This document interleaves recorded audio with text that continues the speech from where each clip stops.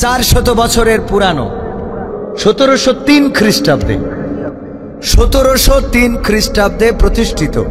কল্পনা করা যায় যারা প্রতিষ্ঠিত করেছিলেন এই মানুষগুলো আজকে তো দুনিয়ায় তাদের জেনারেশন আস্তে আস্তে আস্তে আস্তে করে এখন কততম আমি জানি না। যাই হোক, সেই সময় যারা ছিল তারাও কিন্তু আমাদের মতোই ছিল, ঠিক কিনা? তারাও আমাদের মতো ছিল। তারা এই মসজিদটা প্রতিষ্ঠিত করেছে, এই জায়গা আবাদ করেছে। আল্লাহ নবী সাল্লাল্লাহু আলাইহি সাল্লাম বলেছেন, যারা মসজিদ প্রতিষ্ঠা করে এবং তাতে আবাদ করে, কিয়ামতের দিন মসজিদ ধ্বংস হবে না। এবং যখন আল্লাহ বলবেন মসজিদগুলো উঠে যেতে, তখন মসজিদ বলবে, আল্লাহ আমাকে যারা আবাদ করেছে তাদের যতক্ষণ তুমি জান্নাতের ওয়াদা না করবা ততক্ষণ পর্যন্ত আমরা ধ্বংস হব না। এবং যখন আল্লাহ জবান দিবেন যে আমি তোমার যারা আবাদ করেছে আমি তাদেরকে জান্নাতে প্রবেশ করাবো, তখন মসজিদ আল্লাহর ঘর, তখন মসজিদগুলো ধ্বংস হবে অথবা মসজিদগুলো আল্লাহ উঠিয়ে নেবেন। শুধু তাই নয়, বিশ্বনবী বলেছেন, যারা দুনিয়ার পরে যেমন মসজিদ নির্মাণ করে রেখে যায় তেমন একটি ঘর তাদের জন্য জান্নাতে তৈরি করে দেওয়া হয়। সুবহানাল্লাহ। আল্লাহ আমাদের মসজিদের সাথে সম্পর্ক করার তৌফিক দিন, বলেন আমিন। আমরা বুঝি না, সম্পর্ক করি প্রেমিকার সাথে, প্রেমিকের সাথে। যেই প্রেমিক মরে গেলে পচে যাবে, গলে যাবে, নষ্ট হয়ে যাবে। যেই প্রেমিকা মরে যাওয়ার পরে আর কোনো চাহিদা থাকবে না, ঠিক না বেটা? চাহিদা থাকবে। শুধু তাই না, যদি মুখে একটু অ্যাসিড পড়ে চেহারাটা বিকৃতি হয়ে যায়, এই বিকৃতি চেহারার ওই ডার্লিংকেও আমার যুবকেরা ঘরে তুলতে রাজি হবে না। এই জন্যে আগের সময় এগুলো খুব বেশি ছিল, যে প্রেমে ব্যর্থ হইলেই অ্যাসিড মেরে দিত, যে তোর আমি খাইলাম না আর একজনেরও খাইতে দেবো না, ঠিক না বে ঠিক? আমি পাইলাম না আর একজনেরও দিলাম না, পাইতে দিলাম না। তো এই জন্যে চেহারার সৌন্দর্য, রূপের বড়াই করিস না রে, রূপ চিরদিন থাকে না। রূপের বড়াই করিস না রে, রূপ চিরদিন থাকে না। নিজের মুখটা দেখা একদিন হইবে তোমার যন্ত্রণা, নিজের মুখটা দেখা একদিন হইবে রে তোর যন্ত্রণা। চেহারার বড়াই কইরো না ভাই, রূপ চিরদিন থাকে না। রূপের বড়াই কইরো না বোন, চেহারা চিরদিন থাকে না। নিজের মুখটা দেখা একদিন হইবে তোমার যন্ত্রণা, নিজের মুখটা দেখা একদিন হইবে রে তোর যন্ত্রণা। সময় হইল বড় শিক্ষক, সব দিবে শিখাইয়া। সুখের জীবন থাকবে না রে, দেখবে না কেউ চাইয়া। সময় হইল বড় শিক্ষক, সব দিবে শিখাইয়া। সুখের জীবন থাকবে না রে, দেখবে না কেউ চাইয়া। মরার আগে মরবি রে তুই, জ্বালা সইতে পারবি না। মরার আগে মরবি রে তুই, জ্বালা সইতে পারবি না। নিজের মুখটা দেখা একদিন হইবে তোমার যন্ত্রণা, নিজের মুখটা দেখা একদিন হইবে রে তোর যন্ত্রণা। কিসের এত বড়াই তোমার মাটির দেহ লইয়া, ময়রা দেখো পোকা মাকড় শেষ করবে সব খাইয়া, ঠিক না বে ঠিক? কিসের এত বড়াই তোমার মাটির দেহ লইয়া, ময়রা দেখো পোকা মাকড় শেষ করবে সব খাইয়া। এই দুনিয়া ছাড়তে হবে, অহংকার আর কইরো না। এই দুনিয়া ছাড়তে হবে, অহংকার আর কইরো না। নিজের মুখটা দেখা একদিন হইবে তোমার যন্ত্রণা, নিজের মুখটা দেখা একদিন হইবে রে তোর যন্ত্রণা। চেহারার বড়াই কইরো না ভাই, রূপ চিরদিন থাকে না। ক্ষমতার বড়াই কইরো না বোন, চেয়ার চিরদিন থাকে না। নিজের চেয়ার দেখা একদিন হইবে তোমার যন্ত্রণা, নিজের চেয়ার দেখা একদিন হইবে রে তোর যন্ত্রণা, ঠিক না বেঠে? চেহারার সৌন্দর্য, রূপের সৌন্দর্য, যৌবনের শক্তি পাওয়ার, এমনকি চেহারের বড়াই, ক্ষমতার পাওয়ার, ক্ষমতার বড়াই কি চিরদিন থাকে?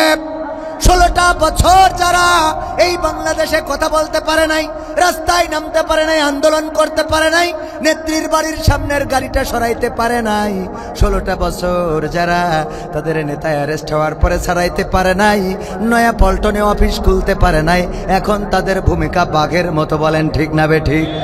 আবার 16টা বছর যারা নির্যাতন করেছে, নিষ্পেষণ করেছে, অন্যায় করেছে, জুলুম করেছে, তাদের অবস্থা এখন বিড়ালের মতো। ঠিক না বেঠিক? ক্ষমতা যারা পেয়েছিল, ক্ষমতার অসৎ উদ্দেশ্যে ব্যবহার করার কারণে বাংলাদেশের জমিনে জায়গা হয় নাই। আবার যারা ক্ষমতায় নতুন করে স্বপ্ন দেখছেন, যদি অসৎ ভাবে চলেন, আল্লাহর কসম করে বলি, আল্লাহ রাব্বুল আলামিনের এই জমিনে আল্লাহ সয়ে যান, সয়ে যান, সয়ে যান, ছাড় দেন কিন্তু ছেড়ে দেন নারী। যতই বলেন ঘাড়ের পাশ সাফাই দাও, সাফাই দিয়ে লাভ নাই, সত্য প্রকাশ হবে দিনের আলোর মতো। বলেন ঠিক কিনা? সুতরাং মাথায় রাখতে হবে। আমি আলোচনায় গতকালকেও বলেছিলাম, আপনার মৌতলা কালীগঞ্জ থেকে 3 জন গিয়েছিল যশোরে, আমার ঝিকরগাছা উপজেলায়। দুপুর হয়ে গেছে, টানটেনে রোদ। 3 জন তারা চিন্তা করলো, আমরা 3 জন বন্ধু খাবার কোথায় খাওয়া যায়, একটু তো পানির পিপাসা লেগেছে, ক্ষুধাও নিবারণ করতে হবে, কোন জায়গায় যাওয়া যায়। পাশে ছিল একটা আখ ক্ষেত, কুইশাল গ্যান্ডারি আপনারা কি বলেন, আখ। এই আখ খেতে ঢুকে গেল ইচ্ছা মতো 3 জনে 3 সাথে 21 কান আখ ভেঙে খাওয়া শেষ। আখ ক্ষেতের মালিক এসেছে, আসার পরে তাকে 3 জনে আখ 21 কান বাস দিয়েস। কি ব্যাপার, তোমরা আমার ক্ষেতের আখ খাইলে কেন? ওই অসুবিধা কি? ওই অসুবিধা কি মানে? আমার ক্ষেত তোমরা খাইলে? কই লাগবা, আমরা 3 জন, তুমি একা। বুঝতে পেরেছি যে এরা খুব তেড়া, খুব কি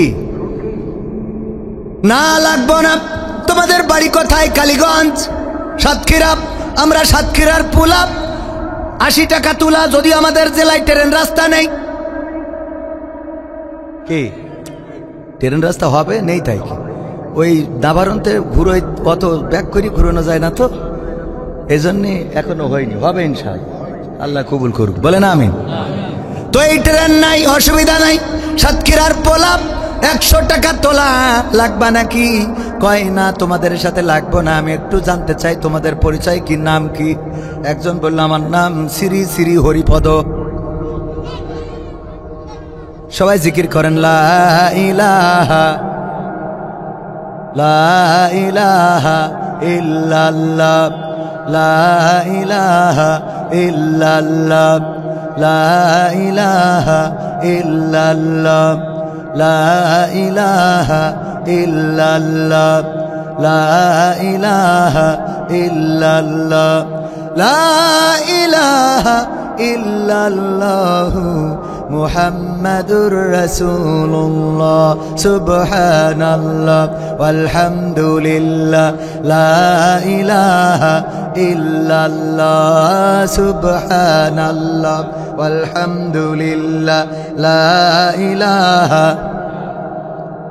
লা ইলাহা ইল্লাল্লাহ, মুহাম্মাদুর রাসূলুল্লাহ সাল্লাল্লাহু।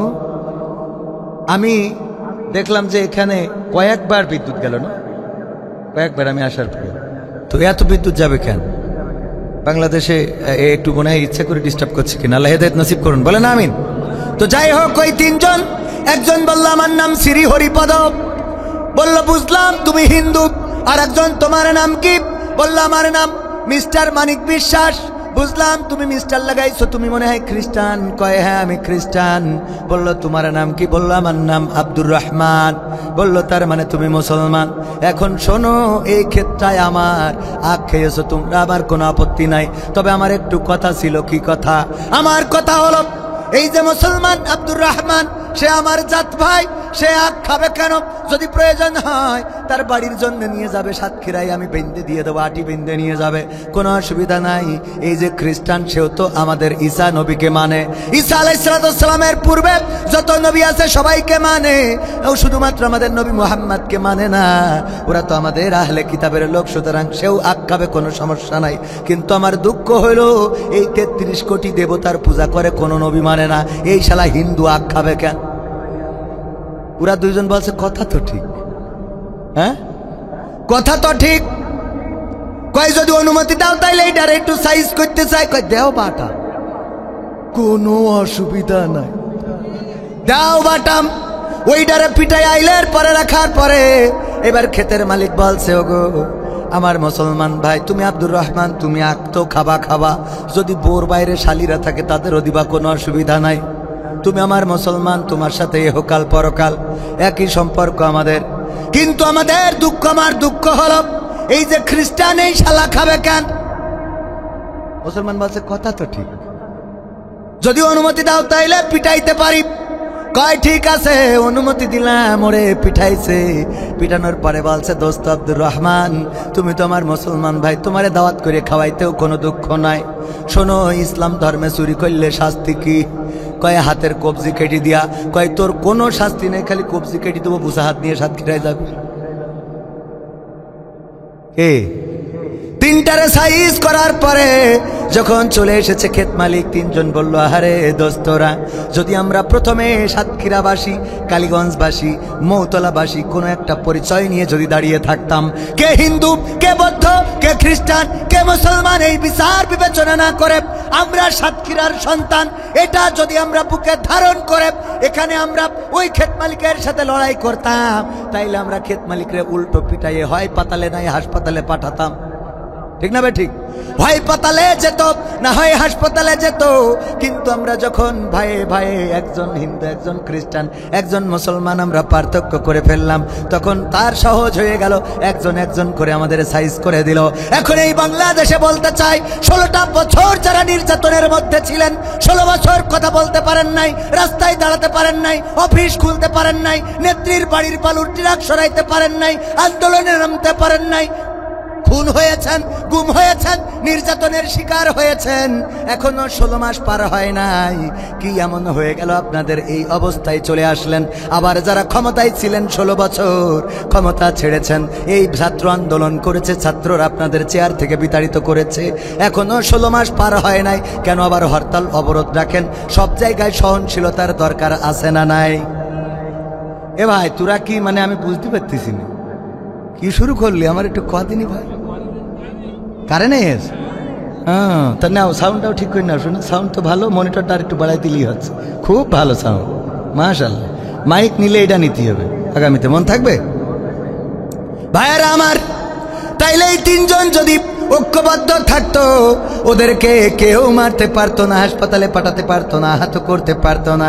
যখন এই তিনজন তারা নিজেদের এক একজন এক এক ধর্ম, এক একটা কিছু বলে নিজেরা বিভেদ করে নিল, তখন তাদের উপরে জুলুম নির্যাতন নেমে এসেছে। আজকে যদি যে দা কাটাকাটি, ছুরি কাটাকাটি, জামাত এবং বিএনপি একসাথে রাজপথে ছিল, রাজপথে 16টা বছর মার খেয়েছে, 16 মাস যায় নাই, কেমনে এরে দোষারোপ করে, ও ওরে দোষারোপ করে? এইগুলো বাদ দিয়ে বাংলাদেশ গড়ার জন্য ডক্টর ইউনূস নিঃসন্দেহে একজন পারফেক্ট মানুষ, নোবেল বিজয়ী। এই বাংলাদেশের গর্ব, অন্যরা যা করতে পারে নাই, ডক্টর ইউনূস অল্প সময়ে তা করে দেখাচ্ছেন এবং করে দেখাবেন। সুতরাং তার একটু সময় দেওয়ার দরকার আছে না নাই? আছে না নাই? এই সময় যারা দিতে চাচ্ছে না, ওরা কারা, কোত্থেকে এলো ওরা? ঠিক না বে ঠিক? ওরা এসেছে বিভিন্ন জায়গা থেকে, ওরা ঢুকে পড়েছে, ঢুকে আমরা রয়ের ষড়যন্ত্র তো বোঝেন না। রয় এখন চাচ্ছে বিএনপি জামাতের মধ্যে কাটাকাটি ফাটাফাটি লাগাবে, লাগাইনোর পরে ওই ক্ষেত মালিকের মতো যখন একটা একটা করে সাইজ করবে, তখন আমাদের আপা চট করে ঢোক পেরি। কথা কি বোঝা গেছে? এই জন্যে ছুরি কাটাকাটি বাদ দেন, তা না হলে 16 বছর না, যদি কোনো কিছু হয় 32 বছরেও কিন্তু কারেন্ট পাবেন না। কথা কয় না? 32 বছরেও নেটওয়ার্ক পাবেন না। আমার নেত্রী কিন্তু বলে দিয়েছে, আমাদের কলিজার নেত্রী বলিছে, এইবার যদি কোনো মতে ঘুরিয়ে দাঁড়াতে পারি তাহলে দেখা হবে। আগে আগে কোনো প্রতিশোধ পরায়ণ ছিল না, তাই সব বাটাম টেনে পুজো করে ফেলিছে, বুলডোজার চালাইছে। আর আপনারা বুলডোজার দিয়ে ধানমন্ডি 32 নম্বর সমান করতেছেন। এইবার আগে তো বাড়ি ঘরে চালাইছে, আর এখন বাড়ি ঘরের মধ্যে ঢুকাইয়ে তারপর চালাবে। ঠিক না ভাই? ঠিক। সুতরাং পাকামো কম করি করেন। যারা একসাথে একই স্টেজে একই সাথে পাশাপাশি বসে ফ্যাসিস্ট সরকার বিদায় করলেন, এখন কি এমন হইলো? তার মানে কাটি করতেছে কি মাল পাচ্ছে। আমি কিন্তু রাজনীতির কথা বলছি না, দেশের শান্তি শৃঙ্খলার কথা বলছি। ইসলাম মানে কি? শান্তি। তো শান্তি বজায় রাখার জন্য এখন যদি আমার সভাপতি আমলিগ করে, সেক্রেটারি যদি বিএনপি করে, দুইজন মারামারি করে, এটা কি শান্তি হইল? আর দুইজন আমলিগ বিএনপি যদি কুলাকুলি করে, ভাল লাগবে না? তা আমরা কুলাকুলি করে চাচ্ছি, তার মানে রাজনীতির কথা না, ইসলামের কথা বলছি। কথা কি বোঝা গেছে? ক্ষমতায় কেউ স্থায়ী হয় না, হোক না সে হাসিনা কি বারে না, সে আরটা চিরকাল থাকে না। ক্ষমতায় কেউ স্থায়ী হয় না, মুজিবুর বেশি দিন থাকেনি, জিয়াউর কেউ তো রাখেনি। মুজিবুর বেশি দিন থাকেনি, জিয়াউর কেউ তো রাখেনি। এরশাদ চলে গেছে পৃথিবী ছেড়ে, এরশাদ চলে গেছে পৃথিবী ছেড়ে, কেউ আজ তার কথা কয় না। ক্ষমতায় কেউ স্থায়ী হয় না, হাসিনা ক্ষমতা ধরে রাখতে আয়না ঘর বানিয়েছিল, জনগণের রোশানলে দাদার দেশে পালিয়ে গেল। হাসিনা ক্ষমতা ধরে রাখতে আয়না ঘর বানিয়েছিল, জনগণের রোশানলে দাদার দেশে পালিয়ে গেল। ডিবি হারুনের পাশে আর, ডিবি হারুনের পাশে আর পরিমণিদের দেখা যায় না। ঠিক না ঠিক? ক্ষমতায় কেউ স্থায়ী হয় না, হোক না সে হাসিনা কি বারে না, সে আরটা চিরকাল থাকে না। থাকে। আমরা 200 বছর প্রায় শাসন দেখেছি ব্রিটিশদের, ইংরেজরা শাসন করেছেন, কিন্তু আমাদের শান্তি দিতে পারে নাই। পরবর্তীতে এই দেশ ভাগ হয়ে গেল। 1947-এ মুসলমান অধ্যুষিত অঞ্চল পাকিস্তান, হিন্দু অধ্যুষিত অঞ্চল হিন্দুস্তান। 47 থেকে 71 পর্যন্ত 24টা বছর আমাদের পাকিস্তানিরা চেয়েছিলেন শান্তি দিতে, কিন্তু এই দেশে শান্তি দিতে পারে নাই। 71-এ আমরা গণজোয়ার সৃষ্টি করলাম দেশ স্বাধীনের জন্যে, আমরা দেশটা স্বাধীন করলাম। 71-এ স্বাধীনতা পেয়েছি, কিন্তু যেই উদ্দেশ্য নিয়ে স্বাধীন করেছিলাম, তারপরেও আমরা সেই উদ্দেশ্য সাকসেস করতে পারি নাই। বলেন ঠিক কিনা? খুন, গুম, হত্যা, ধর্ষণ, নিপীড়ন, রাহাজানি, এগুলো কি বন্ধ হয়েছিল? হয় নাই। 2024-এ আবার অভ্যুত্থান হলো। এই গণ অভ্যুত্থানে ফ্যাসিস্ট সরকার পালিয়েছে, দেশ ছেড়েছে, কিন্তু দেশ ছাড়ার পরে আজকে এই যে কয়েকটা মাস, 6 মাসের বেশি হয়ে গেল, এখনো কি বাংলাদেশে মোটামুটি শান্তির আভাস কি পাওয়া যাচ্ছে? যাচ্ছে? অন্যায় কম না বেশি? বেশি হয়েছে বলতে হবে, কারণ আমি এই যে মাহফিল করে বেড়াই, কোনোদিন আমার গাড়িতে কোনো হামলা করে নাই। এই সেদিন ডাকাতি আমার গাড়িতে ইট মেরেছে, বোঝেননি? কিন্তু এরও কারণ আছে না নাই? বলবো। একজন আল্লামা সাইদি বলেছিলেন রাহিমাহুল্লাহ, একজন কাফন চোরা মারা যাওয়ার সময় সন্তানদের বলল, আমি মারা যাওয়ার পরে তোমরা আমার লাশটারে তোমরা এমন কিছু ভালো কাজ করবা যাতে মানুষ অন্তত আমাকে ভালো বলে, কারণ মানুষ তো আমারে সবাই কাফন চোর বলে, তো এমন কিছু করবা যাতে মানুষ আমারে ভালো বলে। তো সন্তানরা বাবা মারা যাওয়ার পরে ওরাও কাফন চুরি করে, ওই মানুষে কয় যে কাফন চোরের ছেলে কাফন চুরি হয়েছে, তো আব্বারে তো ভালো কয় না, এই জন্য কাফন চুরি ছেড়ে দিয়ে নামাজ পড়া ধরেছে। মসজিদে আসে 5 ওয়াক্ত নামাজ পড়ে, কয় তোরা নামাজ পড়লে কি হবে, তোরা তো কাফন চোরের ছেলে, বেকায়দা না? তো চিন্তা করলো ঠিক আছে, তাইলে শুধু নামাজ পড়বো না, আরো কিছু ভালো কাজ করবো, কিছু জিলেপি, কিছু তাবারক, খিচুড়ি প্রতি ওয়াক্ত নামাজিদেরকে দেয়। তো নিয়ে যায় বাড়ি, কয় কে দিয়েছে, কয় কাফন চোরের ছেলেরা দিয়েছে। তো এ করেও তো সেই কাফন চোর, আব্বারে তো কেউ ভালো কয় না, ভালো কয় আব্বার তো সেই কাফন চুরি বলতেছে। তো এখন কি করা যায়, আরো বুদ্ধি করলো, এই মৌতলায় যত গরিব দুঃখী আছে এরকম এদের ঘর করে দেবে, বাড়ি করে দেবে, যার টাকা নাই টাকা দেবে, পয়সা দেবে, এইগুলো করে ঘর করে দিচ্ছে। কয় তুই গরিব মানুষ, ইটির ঘর করতেছিস, টাকা কনে পালি? কয় ওই যে চোরের ছেলেরা দেশ, কাফন চোরের। তাইলে আব্বারে ভালো বললো, ভাইয়েরা বসে মিটিং করলো, আব্বারে তো তাও ভালো কয় না, এত ভালো কাজ করি ভালো তো কয় না, তাইলে কি করা যায়? কয় আবার পুরনো পেশায় ফিরে যায়। আবার পুরনো পেশায় ফিরে গেছে, কয় দেখি চাও কাফন চোরের ছেলেরা ঠিকই সেই কাফন চুরিতে ফিরে এসেছে। ওর পরে ভাইরা মিটিং করলো যে এ করি হবে না, এখন সর্বশেষ ফাইনাল একটা বুদ্ধি করা যায় কি, তা আমরা শুধু কাফন চুরি করবই না, কাফন চুরি করি লাশটার পাশায় পাশ ভরি সঙ্গীতার মোড়ে টেঙায় রাখবো। কি করব? পাশায় বাঁশ ভরে কনে রাখবে সাতক্ষীরা সঙ্গীতার মোড়ে। সিদ্ধান্ত মোতাবেক যেই গোরস্থানের কাফন চুরি করে ওই লাশটারে তুলে বাঁশ একটা ঢুকাইয়ে সঙ্গীতার মোড়ে টেনায় রাখে। মানসিক হয় এগের থেকে তো এগের বাপ ভালো ছিল। কথা বোঝেননি? এদের থেকে তো এদের বাপ ভালো ছিল। কথা কি বোঝা গেছে? আবার কি ভেঙে বলা লাগবে? ক ক ক ক খ করলে কলকাতায় তো বোঝা যায়। ভাইয়েরা আমার, এই জন্য ওই যে মেয়র জাহাঙ্গীর গাজীপুরের চিৎকার করে তাদের আভ্যন্তরীণ মিটিংয়ে বলেছে, দিনের ঢাকায় যদি আমরা ঘুরতে না পারি, রাতের ঢাকায় কাউরে ঘুমাতে দেব না।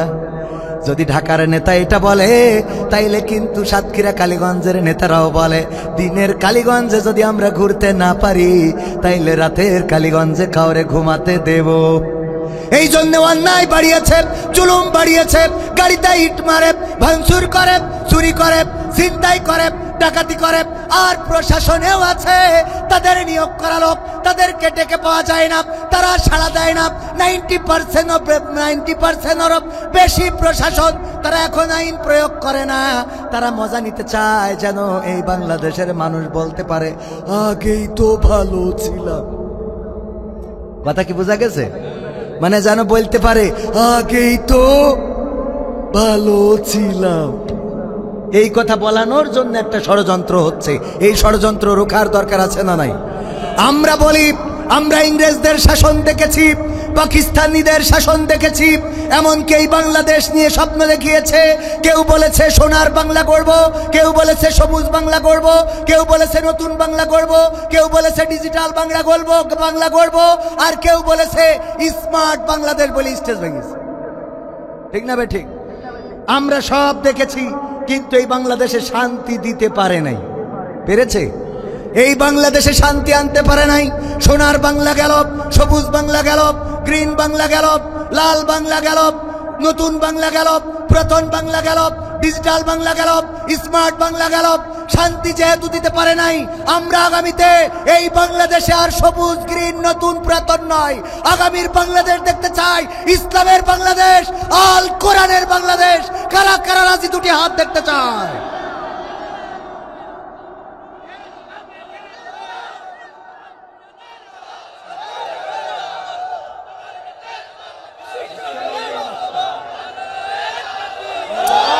সংগ্রামী তাওহীদি জনতা, আগামী দিন কোরআন কায়েমের জন্য উদ্দেশ্য নিয়ে রাজপথে নামতে হবে।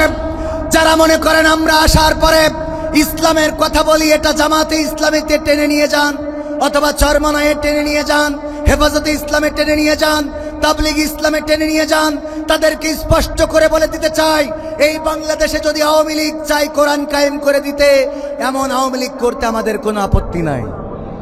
এই বাংলাদেশে যদি বিএনপি চায় কোরআন কায়েম করে দিতে, সেই বিএনপি করতে আমাদের কোনো আপত্তি নাই। কিন্তু এই বাংলাদেশে যদি জামাত ইসলামের মতো এশিয়া মহাদেশের বৃহত্তম ইসলামী রাজনৈতিক দল, তারা যদি এই বাংলাদেশে কোরআন কায়েমের আন্দোলনের বিরুদ্ধে দাঁড়ায়, তাহলে আমাদের বক্তৃতা, আমাদের ভাষণ, আমাদের মিছিল, আমাদের মিটিং, আমাদের সমাবেশ, আমাদের আন্দোলন এই জামাত ইসলামের বিরুদ্ধে থাকবে। বলেন ঠিক কিনা? আমাদের বক্তব্য ক্লিয়ার। আমরা কোনো দলের গোলামি করি না। আমরা গোলামি করি কার? আমরা বলে দিয়েছি, ইন্না সলাতি ওয়া নুসুকি ওয়া মাহইয়ায়া ওয়া মামাতি লিল্লাহি রাব্বিল আলামিন। নিশ্চয় আমাদের সালাত, আমাদের কুরবানি, আমাদের জীবন, আমাদের মরণ সবকিছু বিশ্ব প্রতিপালক আল্লাহর জন্য। আমরা আল্লাহর কাছে মাথা নত করেছি। যারা আমাদেরকে ভয় দেখাও যে আগামী দিন ঘুরে দাঁড়াবো ভয়ঙ্কর রূপে, তাদেরকে বলতে চাই, আমরা তো এই ভয়ঙ্করদের সাথেই লড়াই করাটা সৌভাগ্যের মনে করি। ঠিক না ঠিক? কারণ আমরা আমাদের জীবনকে আল্লাহর কাছে বিক্রয় করে দিয়েছি।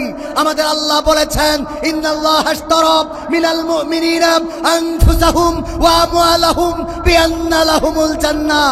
আমি তোমাদের জান, তোমাদের মাল আমার রাস্তায় যারা খরচ করো, বিনিময়ে জান্নাতটা বিক্রি করে দিই। আমরা তো গান গাই, আমাকে শহীদ করে সেই মিছিলে শামিল করে নিও। যেই মিছিলের নেতা আমির হামজা, খুবাইব খাবাব তোমার ছিল যারা অতি প্রিয়, শামিল করে নিও। ঠিক কিনা? আমরা গান গাই, ওগো রব তুমি আমাদের শাহাদাতের মৃত্যু দান করো। তোমরা আমাদের কিসের ভয় দেখো? আমরা তো জীবন আল্লাহর কাছে দিয়েই দিয়েছি। এই জীবনের মালিক কে? আমার ভাইজান আলোচনা করছিলেন, আল্লাযী খালাকাল মাউতা ওয়াল হায়াতা লিয়াবলুয়াকুম আইয়ুকুম আহসানু আমালা, যদি ভুল না বলি। আপনি এটা নিয়ে আলোচনা করছিলেন না?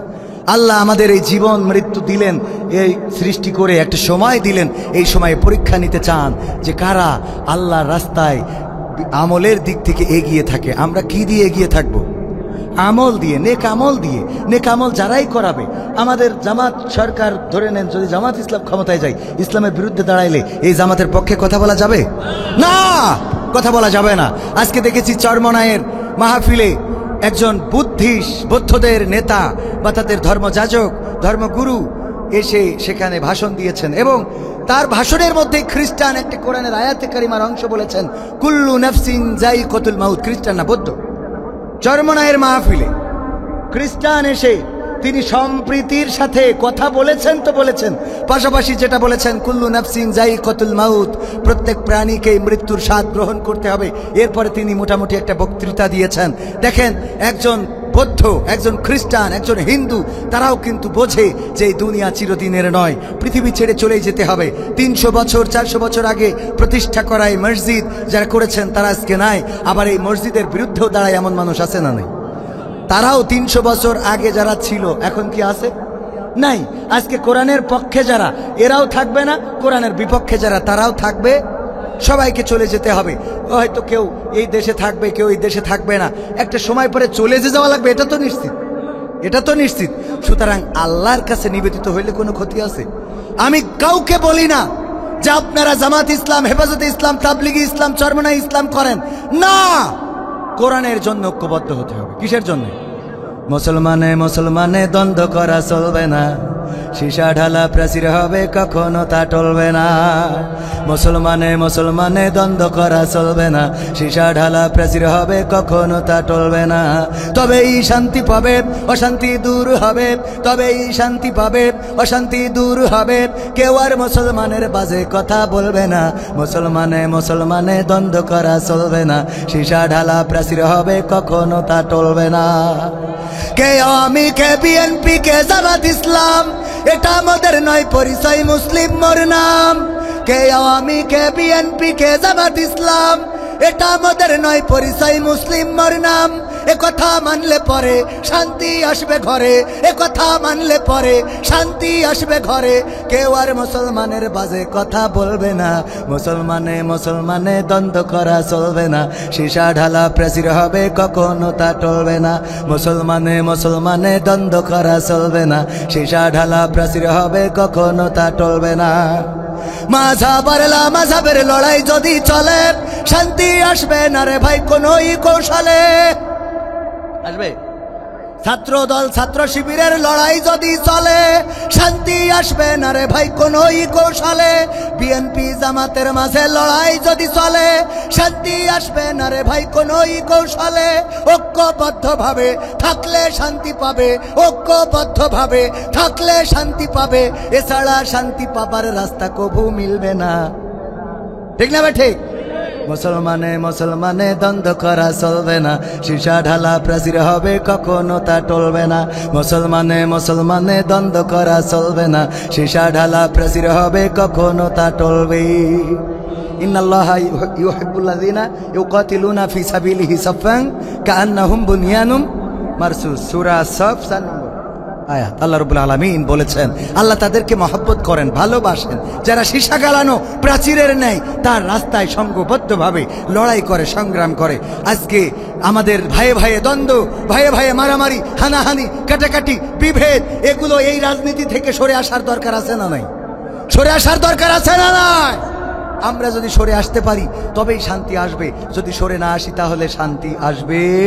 আমার যুবকেরা অনেক অনুরোধ করেছেন, সময়ের মধ্যে আমি অবশ্যই সেগুলো শোনাবো। গণতন্ত্র গানটা শুনতে চাই। এই গণতন্ত্র গানটার ইতিহাস আছে।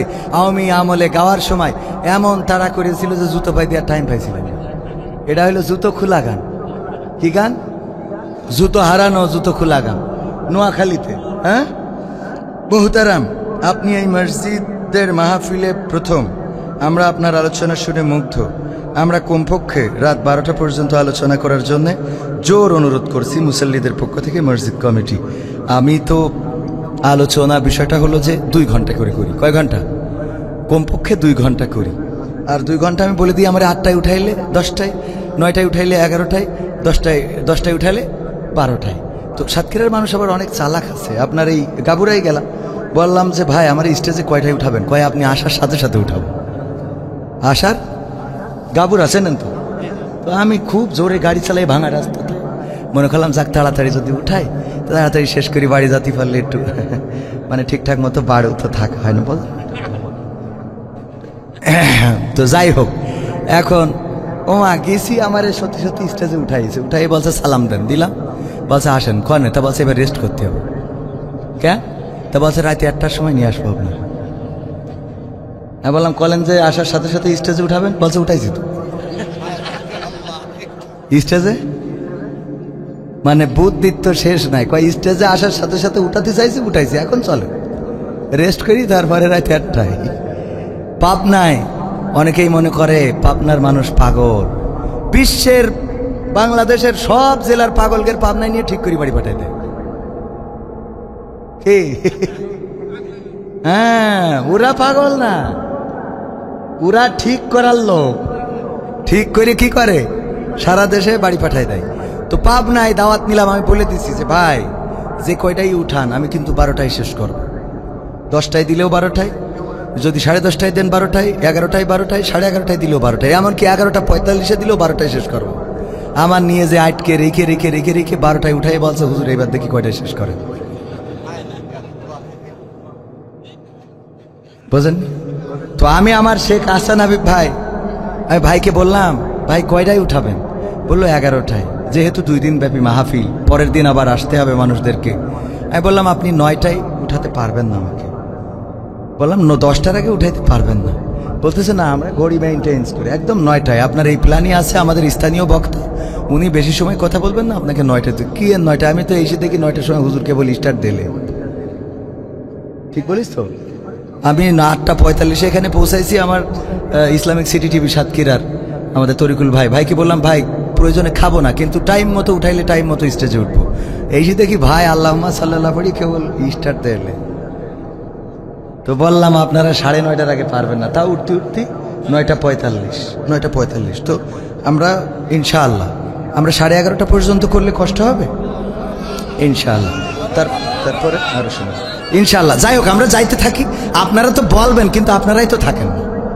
এরা মানুষ আছে না নাই? থাকবে কি? সবার তো আল্লাহ কোরআনের জন্য কবুল করে না, করে? ওয়ামিনান নাসি মান ইয়াকুলু আমান্না বিল্লাহি ওয়া বিল ইয়াউম খতামাল্লাহু আলা কুলুবিহিম ওয়া আলা সামঈহিম ওয়া আলা আবসারিহিম গিশাওয়াতু ওয়া লাহুম আযাবুন আযীম। আল্লাহ রাব্বুল আলামিন বলছেন কিছু লোকের কানের পরে আর কনে অন্তরের পরে সিল মারি দিয়েছে, চোখের উপরে পড়ে আছে আবরণ, পর্দা।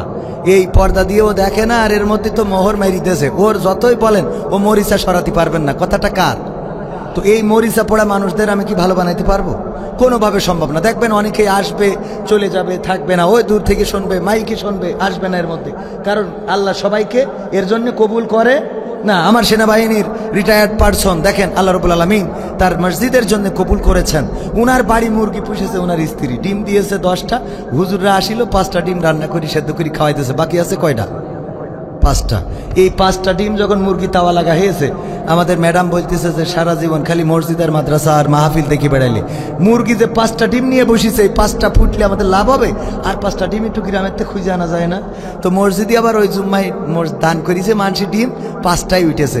তো সেই 5টা হইলো তাও হাঁসের ডিম। তো ওই নিয়ে যেতেছে, না ওই হাঁসের ডিম হলো, দেও ফুটবে না।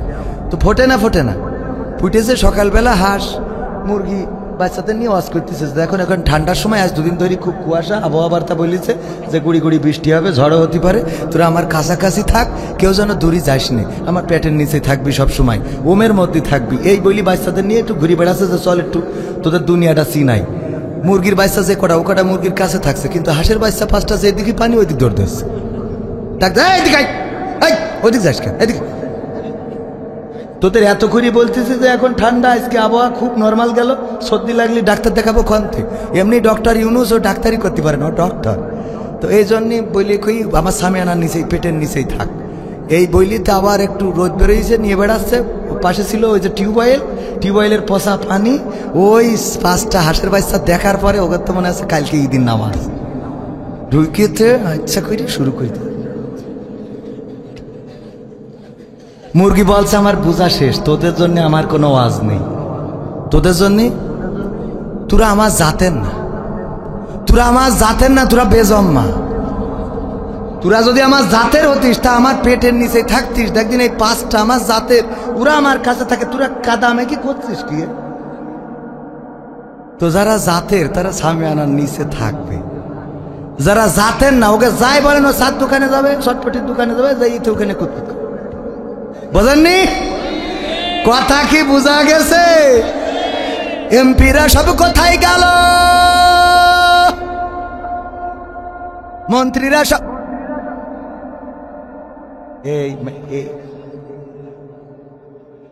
এমনি এমপির কথা বলতেই মাইক বন্ধ হয়ে বলো, সাইলি বলে শুনবেন না, করলাম মাইক ভালো কিন্তু সাউন্ড ভালো, নষ্ট হলে মানে ভেঙে ফেললি বলে আমাকে অসুবিধা হয়ে যাবে। এমপিরা সব কোথায় গেল? মন্ত্রীরা সব কোথায় গেল? কোথায় কাদের কাকা? তাদের ছাড়া দেশটা এখন লাগে ফাঁকা ফাঁকা। পালাবো না, প্রয়োজন হলে ফখরুলের বাসায় গিয়ে উঠব, ঠাকুরগাঁওয়ে বাসা আছে না, ঠিক না বে ঠিক? পালাবে না, পালাবে না, যাই না তবু দেখা, পালাবে না, পালাবে না, যাই না তবু দেখা। তাদের ছাড়া দেশটা এখন লাগে ফাঁকা ফাঁকা, ওদের ছাড়া দেশটা এখন লাগে ফাঁকা ফাঁকা। আইন মন্ত্রী আটকে গেল আইনেরই ফাঁকে, দাড়ি ছাড়া দরবেশের ভণ্ড ভণ্ড লাগে। আইন মন্ত্রী আটকে গেল আইনেরই ফাঁকে, দাড়ি ছাড়া দরবেশের ভণ্ড ভণ্ড লাগে। শুনছি কত নেতা নেত্রী খাইতেছে ভাই ডান্ডা, বিচারপতি কালামানিকের ফাটিয়েছে আন্ডা। পলকের ঝলক গেল, পলকের ঝলক গেল থামিয়ে নেটের চাকা। তাদের ছাড়া দেশটা এখন লাগে ফাঁকা ফাঁকা, ওদের ছাড়া দেশটা এখন লাগে ফাঁকা ফাঁকা। কই গেল সেই সংসদেতে মমতাজের গান? কোথায় গেল হজরত বলা স্বামী মুসলমান? ঠিক না বেঠি? খেলা হবে, খেলা হবে, আসো খেলবো, মনে আছে না নাই? আবার আমার মমতাজ আপা সংসদে জনগণের কথা না বলে, জনগণের অধিকারের কথা না বলে, যেই সংসদে মানুষের দুঃখের কথা বলবে, কষ্টের কথা বলবে, মানুষের অভাবের কথা বলবে, এই শ্যামনগর থেকে সাতক্ষীরা যাইতে যেয়ে আগে ওই যে ইটি সলিং তুলে দিয়ে পিস করতে, আর এখন পিস তুলে সলিং করে, ঠিক না বেঠে? যেখানেই খারাপ ওই জায়গায় আগে ছিল পিস, ওই জায়গায় পিস না দিয়ে আবার সলিং করতেছে। আমরা অতীতে দেখতাম সলিং তুলে পিস করতে, আর এখন পিস তুলে সলিং করে। এই জনগণের কষ্টের কথা বলার দরকার, সেইগুলো না বলে ওই সংসদে বাবার নামে গান, বাবার মায়ের নামে গান, এই সংসদে গান গেয়ে যেন কনসার্টের মঞ্চ বানিয়েছিল, বলেন ঠিক কিনা? অথচ এই নেত্রী মমতাজ আপা, দেখেন আমার নেত্রী যখন দাদার দেশে চলে গেল, কত বড় স্বার্থপর, কত বড় বেঈমান, কত বড় নেমো খারাপ। ভারতে চলে যাওয়ার পরে এই মমতাজ একটাও তার পক্ষে গান গাইল না। আর আমরা দেখেন আল্লামা দেলোয়ার হুসাইন সাইদি কারাগারে থাকার পরে আমরা তার মুক্তি চেয়ে গান গাইছি না গাই নাই? আমির হামজার নামে গান আছে না নাই? আজহারির নামে গান আছে না নাই? সারা দেশে গাইলাম। আল্লামা দেলোয়ার হুসাইন সাইদি যেদিন শহীদ হয়ে গেলেন, কবর দেওয়ার জন্য পিরোজপুরে গিয়েছিলাম। এই হাত দুখানা দেখছেন, এই হাতে আল্লামা সাইদির কবর খনন করার সৌভাগ্য শুধু নয়, আল্লামা সাইদির লাশটা ধরে কবরে নামানোর তৌফিক আল্লাহ দিয়েছিলেন। ওগো আমার ভাইয়েরা, তিনটা সন্তান কলিজার টুকরা, তাদেরকে কলিজার মধ্যে বুকের মধ্যে জড়িয়ে ধরে ওই দিন বারবার একটা কথাই বলেছিলাম, এই বাংলাদেশে, গোটা বাংলাদেশে আল্লামা সাঈদীর মুক্তি চেয়ে গান গাইলাম। আজকে থেকে আর মুক্তি চাওয়া গান গাওয়ার প্রয়োজন হবে না। হবে? টেকনাফ থেকে তেতুলিয়া, রূপসা থেকে পাথুরিয়া, একটি নামে সবাই যাকে চেনে। এক দুইজন নয়, 1.5 শতাধিক মানুষ জীবন দিল শুধু জারি প্রেমে। সেই মানুষের মুক্তি চেয়ে যেতাম আমি গান গে, সেই মানুষের মুক্তি চেয়ে যেতাম আমি গান গে। ওই মানুষটি নাই, দুনিয়ায় নাই। আজ আর মুক্তি চাওয়ার নাই প্রয়োজন নাই রে, আজ আর আমার গানের নাই প্রয়োজন নাই। আজ আর মুক্তি চাওয়ার নাই প্রয়োজন নাই গো, আজ আর আমার গানের নাই প্রয়োজন নাই। আল কোরআনের মধুর বাণী বলতো সুরে সুরে, নবীর বাণী পৌঁছে দিত বিশ্বটাতে ঘুরে। আল কোরআনের মধুর বাণী বলতো সুরে সুরে, নবীর বাণী পৌঁছে দিত বিশ্বটাতে ঘুরে। তার মুখের এই বয়ান শুনে হতো মুসলমান, বুকের সাথে বুক মিলিয়ে ধন্য কত প্রাণ। সেই মানুষের মুক্তি চেয়ে যেতাম আমি গান গে, ওই মানুষের মুক্তি চেয়ে যেতাম আমি গান গে। সেই মানুষটি নাই, দুনিয়ায় নাই। আজ আর মুক্তি চাওয়ার নাই প্রয়োজন নাই রে, আজ আর আমার গানের নাই প্রয়োজন নাই। আজ আর মুক্তি চাওয়ার নাই প্রয়োজন নাই গো, আজ আর আমার গানের নাই প্রয়োজন নাই। লাখো লোকের সমাগম হতো তার সে মাহফিলে, এসব দেখে আবু জাহেলের কলিজা যেত জ্বলে। লাখো লোকের সমাগম হতো তার সে মাহফিলে, এসব দেখে বাতিলের জানি কলিজা যেত জ্বলে। সুরে সুরে তার কেটে যেত যে আধার নিশা, পথহারারা খুঁজে পেত সঠিক পথের দিশা। সেই মানুষের মুক্তি চেয়ে যেতাম আমি গান গে, ওই মানুষের মুক্তি চেয়ে যেতাম আমি গান গে। সেই মানুষটি নাই, দুনিয়ায় নাই। আজ আর মুক্তি চাওয়ার নাই প্রয়োজন নাই রে, আজ আর আমার গানের নাই প্রয়োজন নাই। আজ আর মুক্তি চাওয়ার নাই প্রয়োজন নাই গো, আজ আর আমার গানের নাই প্রয়োজন নাই। ঠিক না বে ঠিক? আল্লামা সাঈদী কারাগারে, আমরা তার মুক্তি চেয়ে শুধু গান গাই নাই। এই সাতক্ষীরার মাটি সাক্ষী, সাতক্ষীরার জমিন, সাতক্ষীরার আকাশ বাতাস সাক্ষী। আপন সহোদর ভাইও পর্যন্ত আল্লামা সাঈদীর ফাঁসির রায়ে যখন রাজপথে নেমেছে, গুলি করেছে, শহীদ হয়েছে, আপন ভাই শহীদ হয়েছে। আমার সাতক্ষীরায় সবচেয়ে বেশি মানুষ শহীদ হয়েছে, কোরআনের পাখির জন্য রাজপথে দাঁড়িয়েছে। আমরা আমাদের নেতার মুক্তির জন্য রাজপথে দাঁড়ালাম, জীবন দিলাম, মিছিল করলাম, মিটিং করলাম, গান গাইলাম। আর এই নেমো খারাপ মমতাজ সহ তাদের অনেক নেত্রীরা আছে, নেতারাই আছে। নেত্রী যখন চলে গেছে রে, এই নেতাদের আর খবর পাওয়া যায় না। ঠিক না বেঠে? এরা নেমো খারাপ নাকি নেমো খারাপ না? আমি বলি তোমাদের আওয়ামী লীগ করার অধিকার নাই। আওয়ামী লীগ করলে আমরা করব, যারা নেমো খারামি করি না। আজকে যদি শেখ হাসিনা আমাদের জন্য গাড়ি দিতেন, বাড়ি দিতেন, টাকা দিতেন, পয়সা দিতেন, আজ যদি আমাদের জন্য, ভাইয়েরা আমার ঠিক করে দিবেন, অসুবিধা নেই, আস্তে করে ঠিক হয়ে যাবে। আর ভালো হয়ে গেলে তো ভালো হয়ে যাবে। ও আমার ভাইয়েরা, কথাগুলো শুনতে হবে, কথাগুলো আমার আওয়ামী লীগের ভাইয়েরা মন খারাপ করবেন না। যারা 16টা বছর ধরে খাইলেন, সয়াবিনের তেল নিয়ে খাটের নিচেই ভরলেন, টাকাগুলো সুইজারল্যান্ডে রাখলেন, বাড়ি করলেন কানাডার বেগম পাড়ায়, সিঙ্গাপুরে যান চিকিৎসা হওয়ার জন্যে, থাইল্যান্ডে যান পিকনিক করার জন্যে, দুবাই আবুধাবিতে যান, বুর্জ খলিফায়, সেখানে ওই বড় অট্টালিকায় উঠে বিলাসী জীবন যাপন করেন। ছেলে পড়ান আমেরিকায়, মেয়ে পড়ান লন্ডনে, এত সুবিধা নেত্রী দিলে। আর নেত্রী যখন চলে গেল, ধানমন্ডি 32 নম্বরের বাড়িটা যখন ভাঙা হলো, কোন নেতা, যেহেতু তোমরা রাজপথে এসে বাধা দিলে না, কোন নেতা রাজপথে এসে দাঁড়াও নাই, এই বাড়িটাই কত স্মৃতি বিজড়িত বাড়ি। আমার বঙ্গবন্ধু শেখ মুজিবুর রহমানের স্মৃতি বিজড়িত, শেখ হাসিনা, শেখ রেহেনা, শেখ কামাল, শেখ জামাল, শেখ রাসেল, শেখ ফজিলতুন নেসা, কত স্মৃতি বিজড়িত বাড়িটা ভেঙে সারখার করে দিল।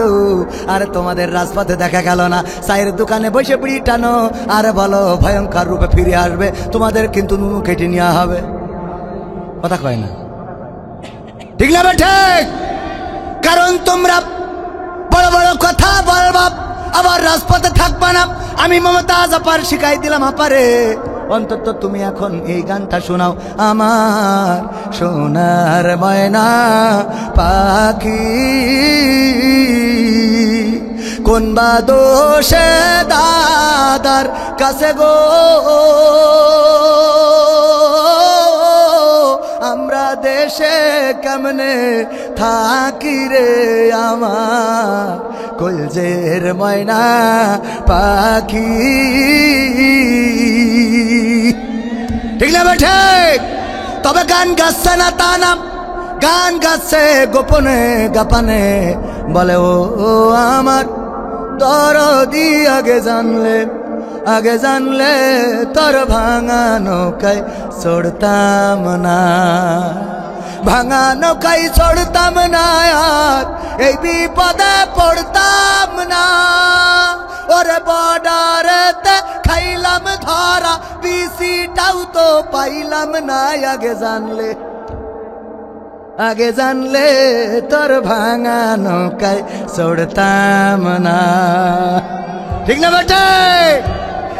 এই গান আরো একটা গান গিয়েছ কয়দিন আগে শুনলাম, ওই যে অপারেশন ডেভিল হান্ট শুরু হইলো না, এর আগে তো যে পোস্টার বিতরণ। আরে বাবা গিসির যা কয়দিন ঠান্ডা মাথায় থাক, অমনি লিপলেট ধরাইতেছে না, এইগুলো দিয়ে বেড়াও, ব্যাস বাড়ি ঘর তোর ভাঙলো, আবার আন্দোলন শুরু হয়ে গেল যে অপারেশন ডেভিল হান্ট।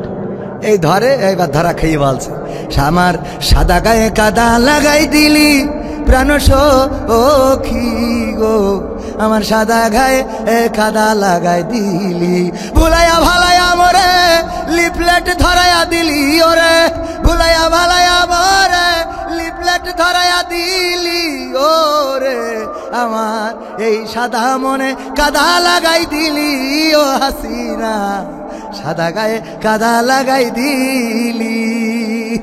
ঠিক না বে ঠিক? কারণ যাদের গায়ে কাদা ছিল ওরা তো সব 5 তারিখের আগে চলে গেছে। ঠিক না বে ঠিক? যা ভালো ছিল এরা ছিল বাইরে, ওদের আবার হাতে লিপলেট ধরাইয়া কাদা লাগাই দিচ্ছে, কথা কয় না। ঠিক না বে ঠিক?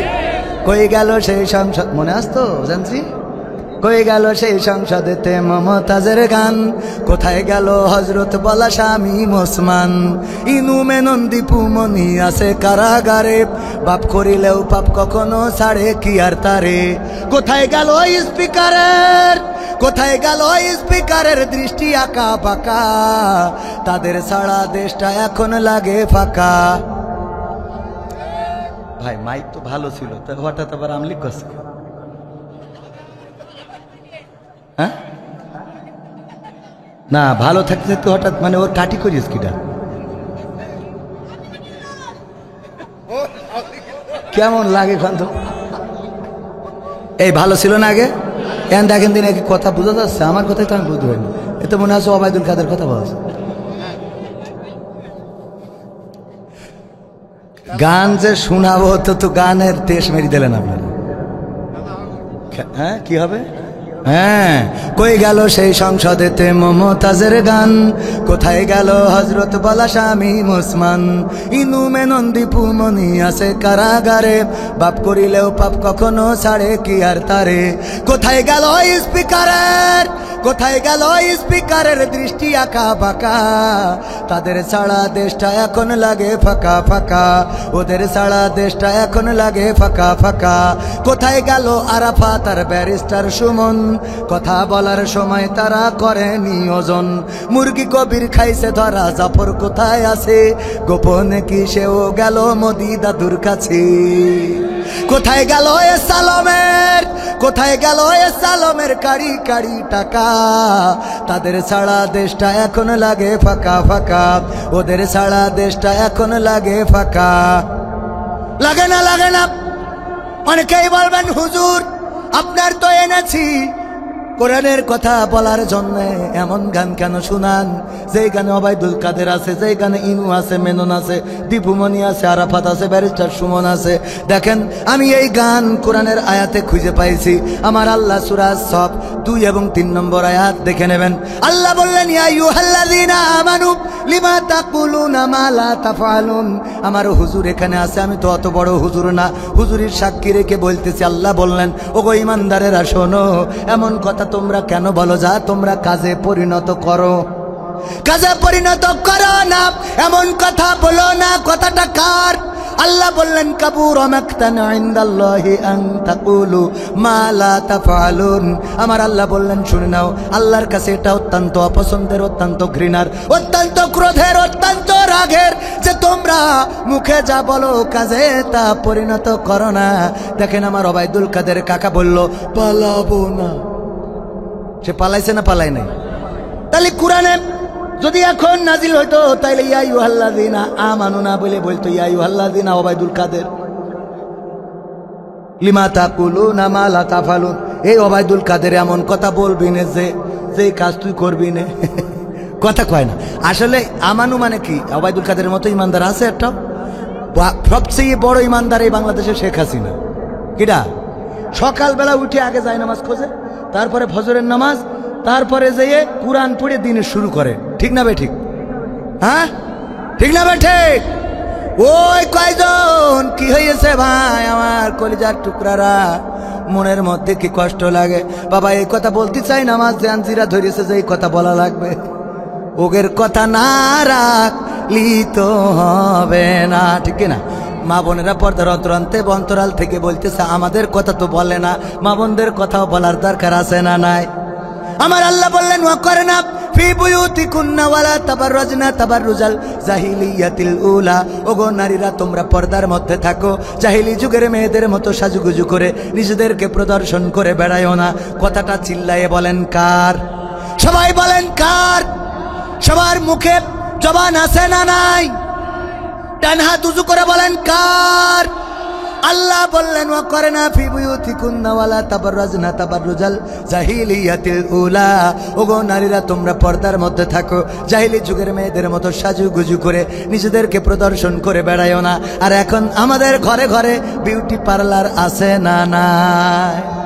এই বিউটি পার্লার কে দিয়েছে? বিউটি পার্লার আছে না নাই? সাজুগুজু করে আমার মা বোনেরা, সাজুগুজু করার পরে আবার বোরখাও পারে রে। তার মানে ওরা চাই আল্লাহ তোমারেও খুশি করব আর শয়তানরেও খুশি করব। বলেন মারহাবা। কি দুইটারে একসাথে খুশি করে? শয়তানের কথাও রাখা হইলো, মা আর কি কার রাখলো? আল্লাহর কথা যে সাজুগুজু করি, তারপরে এবার বোরখা পরি ম্যাডাম যায়। ওরে বাবা, দেখি তো আমাদের সভাপতি মনে করে জান্নাতুল ফেরদাউস যাচ্ছে। আসলে ওর আইডির নামও জান্নাতুল ফেরদাউস। ঠিক না বে ঠিক? আর আমার যুবকরা ওই বোরখার ওই ছোট দেখি মনে করে এর মতো হাজি সাহেব একটাও নেই। ওরে আবার রিকোয়েস্ট পাঠায়, আপু কেমন আছে? হ্যাঁ, ঠিক না বে ঠিক?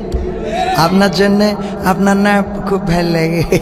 তো ভাল লাগে যুবকেরা এই জান্নাতুল ফেরদাউস গুলো সাজুগুজু করে, এই দেখি আমার যুবকরা পাগল লাইলাতুল ফেব্রুয়ারিতে ইবাদত বাদে দিয়ে ফুল নিয়ে ঘুরি বেড়ায়। ঠিক না ভাই ঠিক? এইটারে বিয়ে শাদী করার পরে এই আমাদের এই যে এক যুবক বিয়ে করেছে আপনাদের মৌথালার, ও পরের দিন যে খালিগঞ্জে যে বিউটি পার্লার আছে না, ওখানে যেয়ে একটা এই যে আইফোন 16 প্রো ম্যাক্স 2 লাখ টাকার উপরে দাম। আরে বাবা, আইফোন 16 প্রো ম্যাক্স অনেক দামি ফোন, এইটা নিয়ে যাইয়ে তো বিউটি পার্লারের মালিকের দিয়েছে। বলছে কি জন্যে? বলছে আপনি খাইলে আমার বোর সাজাইতেছেন। নাম কি?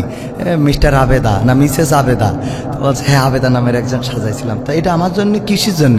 বলছে আমার বউরে এত কায়দা করে সাজাইছেন, আমি খুশি হয়েই দিলাম। আমার তরিকুল ভাই আর কি, ইসলামিক সিটি টিভির প্রোভাইডার, যাইয়ে খুশি হয়েই বলছে আইফোন 16 প্রো ম্যাক্স আপনাদের, কারণ ওদের টাকা আছে বেশি। তো ও তো খুব খুশি যে আল্লাহ তরিকুলির আরো 3টে বিয়ে হোক। কারণ কি? কারণ যদি একটা বউ সাজাই দিলি একটা করে আইফোন হয়, তা আরো 3টে হলে তাহলে 4টে হবে। যাক আলহামদুলিল্লাহ। খুইলি দেখে কি এর আইফোন, ওর মধ্যে নোকিয়া 1100 গাডার মারা, তাও বাটন 2টে ইন্দুরি খেয়ে গেছে।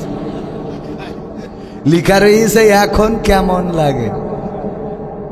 মানে বুঝতে পারিছেন? মানে আগের রাতি যেটা সাজাইতেছে আমার এই তরিকুল ভাই তো ঘুমটা উঁচু করি মনে করছে পরিমণির খালাইতে বোন।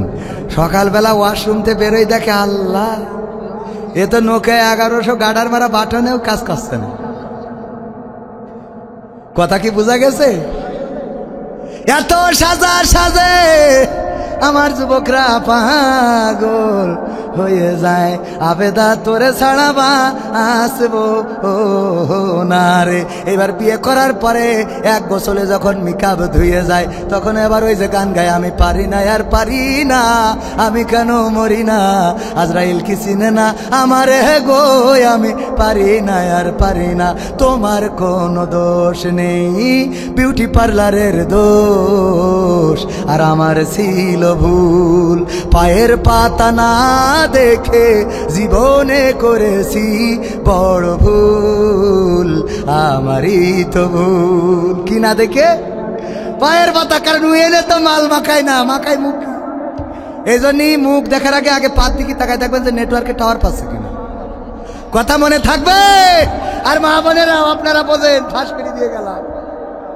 এরপরে গেল এই কথা, আল্লাহর নবী মেরাজ থেকে এসে বললেন, ওগো নারীরা, তোমরা বেশি বেশি সাদাকা করো, কারণ অধিকাংশ নারীরা দেখলাম জাহান্নামী। আল্লাহর নবীকে প্রশ্ন করা হলো, ওগো বিশ্ব নবী, নারীরা কেন বেশি জাহান্নামী? আল্লাহর নবী বললেন, দুইটা কারণে বেশি জাহান্নামী। কারণ কয়টা? সবাই বলেন কারণ কয়টা? আরো জোরে কয়টা? দুইটা কারণে বেশি জাহান্নামী। তার মধ্যে এক নম্বর কারণ হলো, নারীরা বেশি স্বামীর নাশুকরি করে, অকৃতজ্ঞ থাকে, স্বামীর প্রতি শুকরিয়া জ্ঞাপন করে না, স্বামীর প্রতি সন্তুষ্ট থাকে না। এমন নারী আমাদের এই সাতক্ষীরা কালীগঞ্জে একজনও নাই। আছে? হ্যাঁ, স্বামী যে থ্রি পিস কিনেছে ওর রং ভালো না, স্বামী যে বাড়ি করেছে ওর ডিজাইন ভালো না, স্বামী যে মোটরসাইকেলটা কিনেছে ওর কালার ভালো না, স্বামী যে গরুটা কিনেছে ওর দুধ হয় না। এরম আছে না নাই? আর ওদের আব্বাদের বাড়িতে যে গরুটা নিয়ে আইলো, ওই গরু আর মরিনি।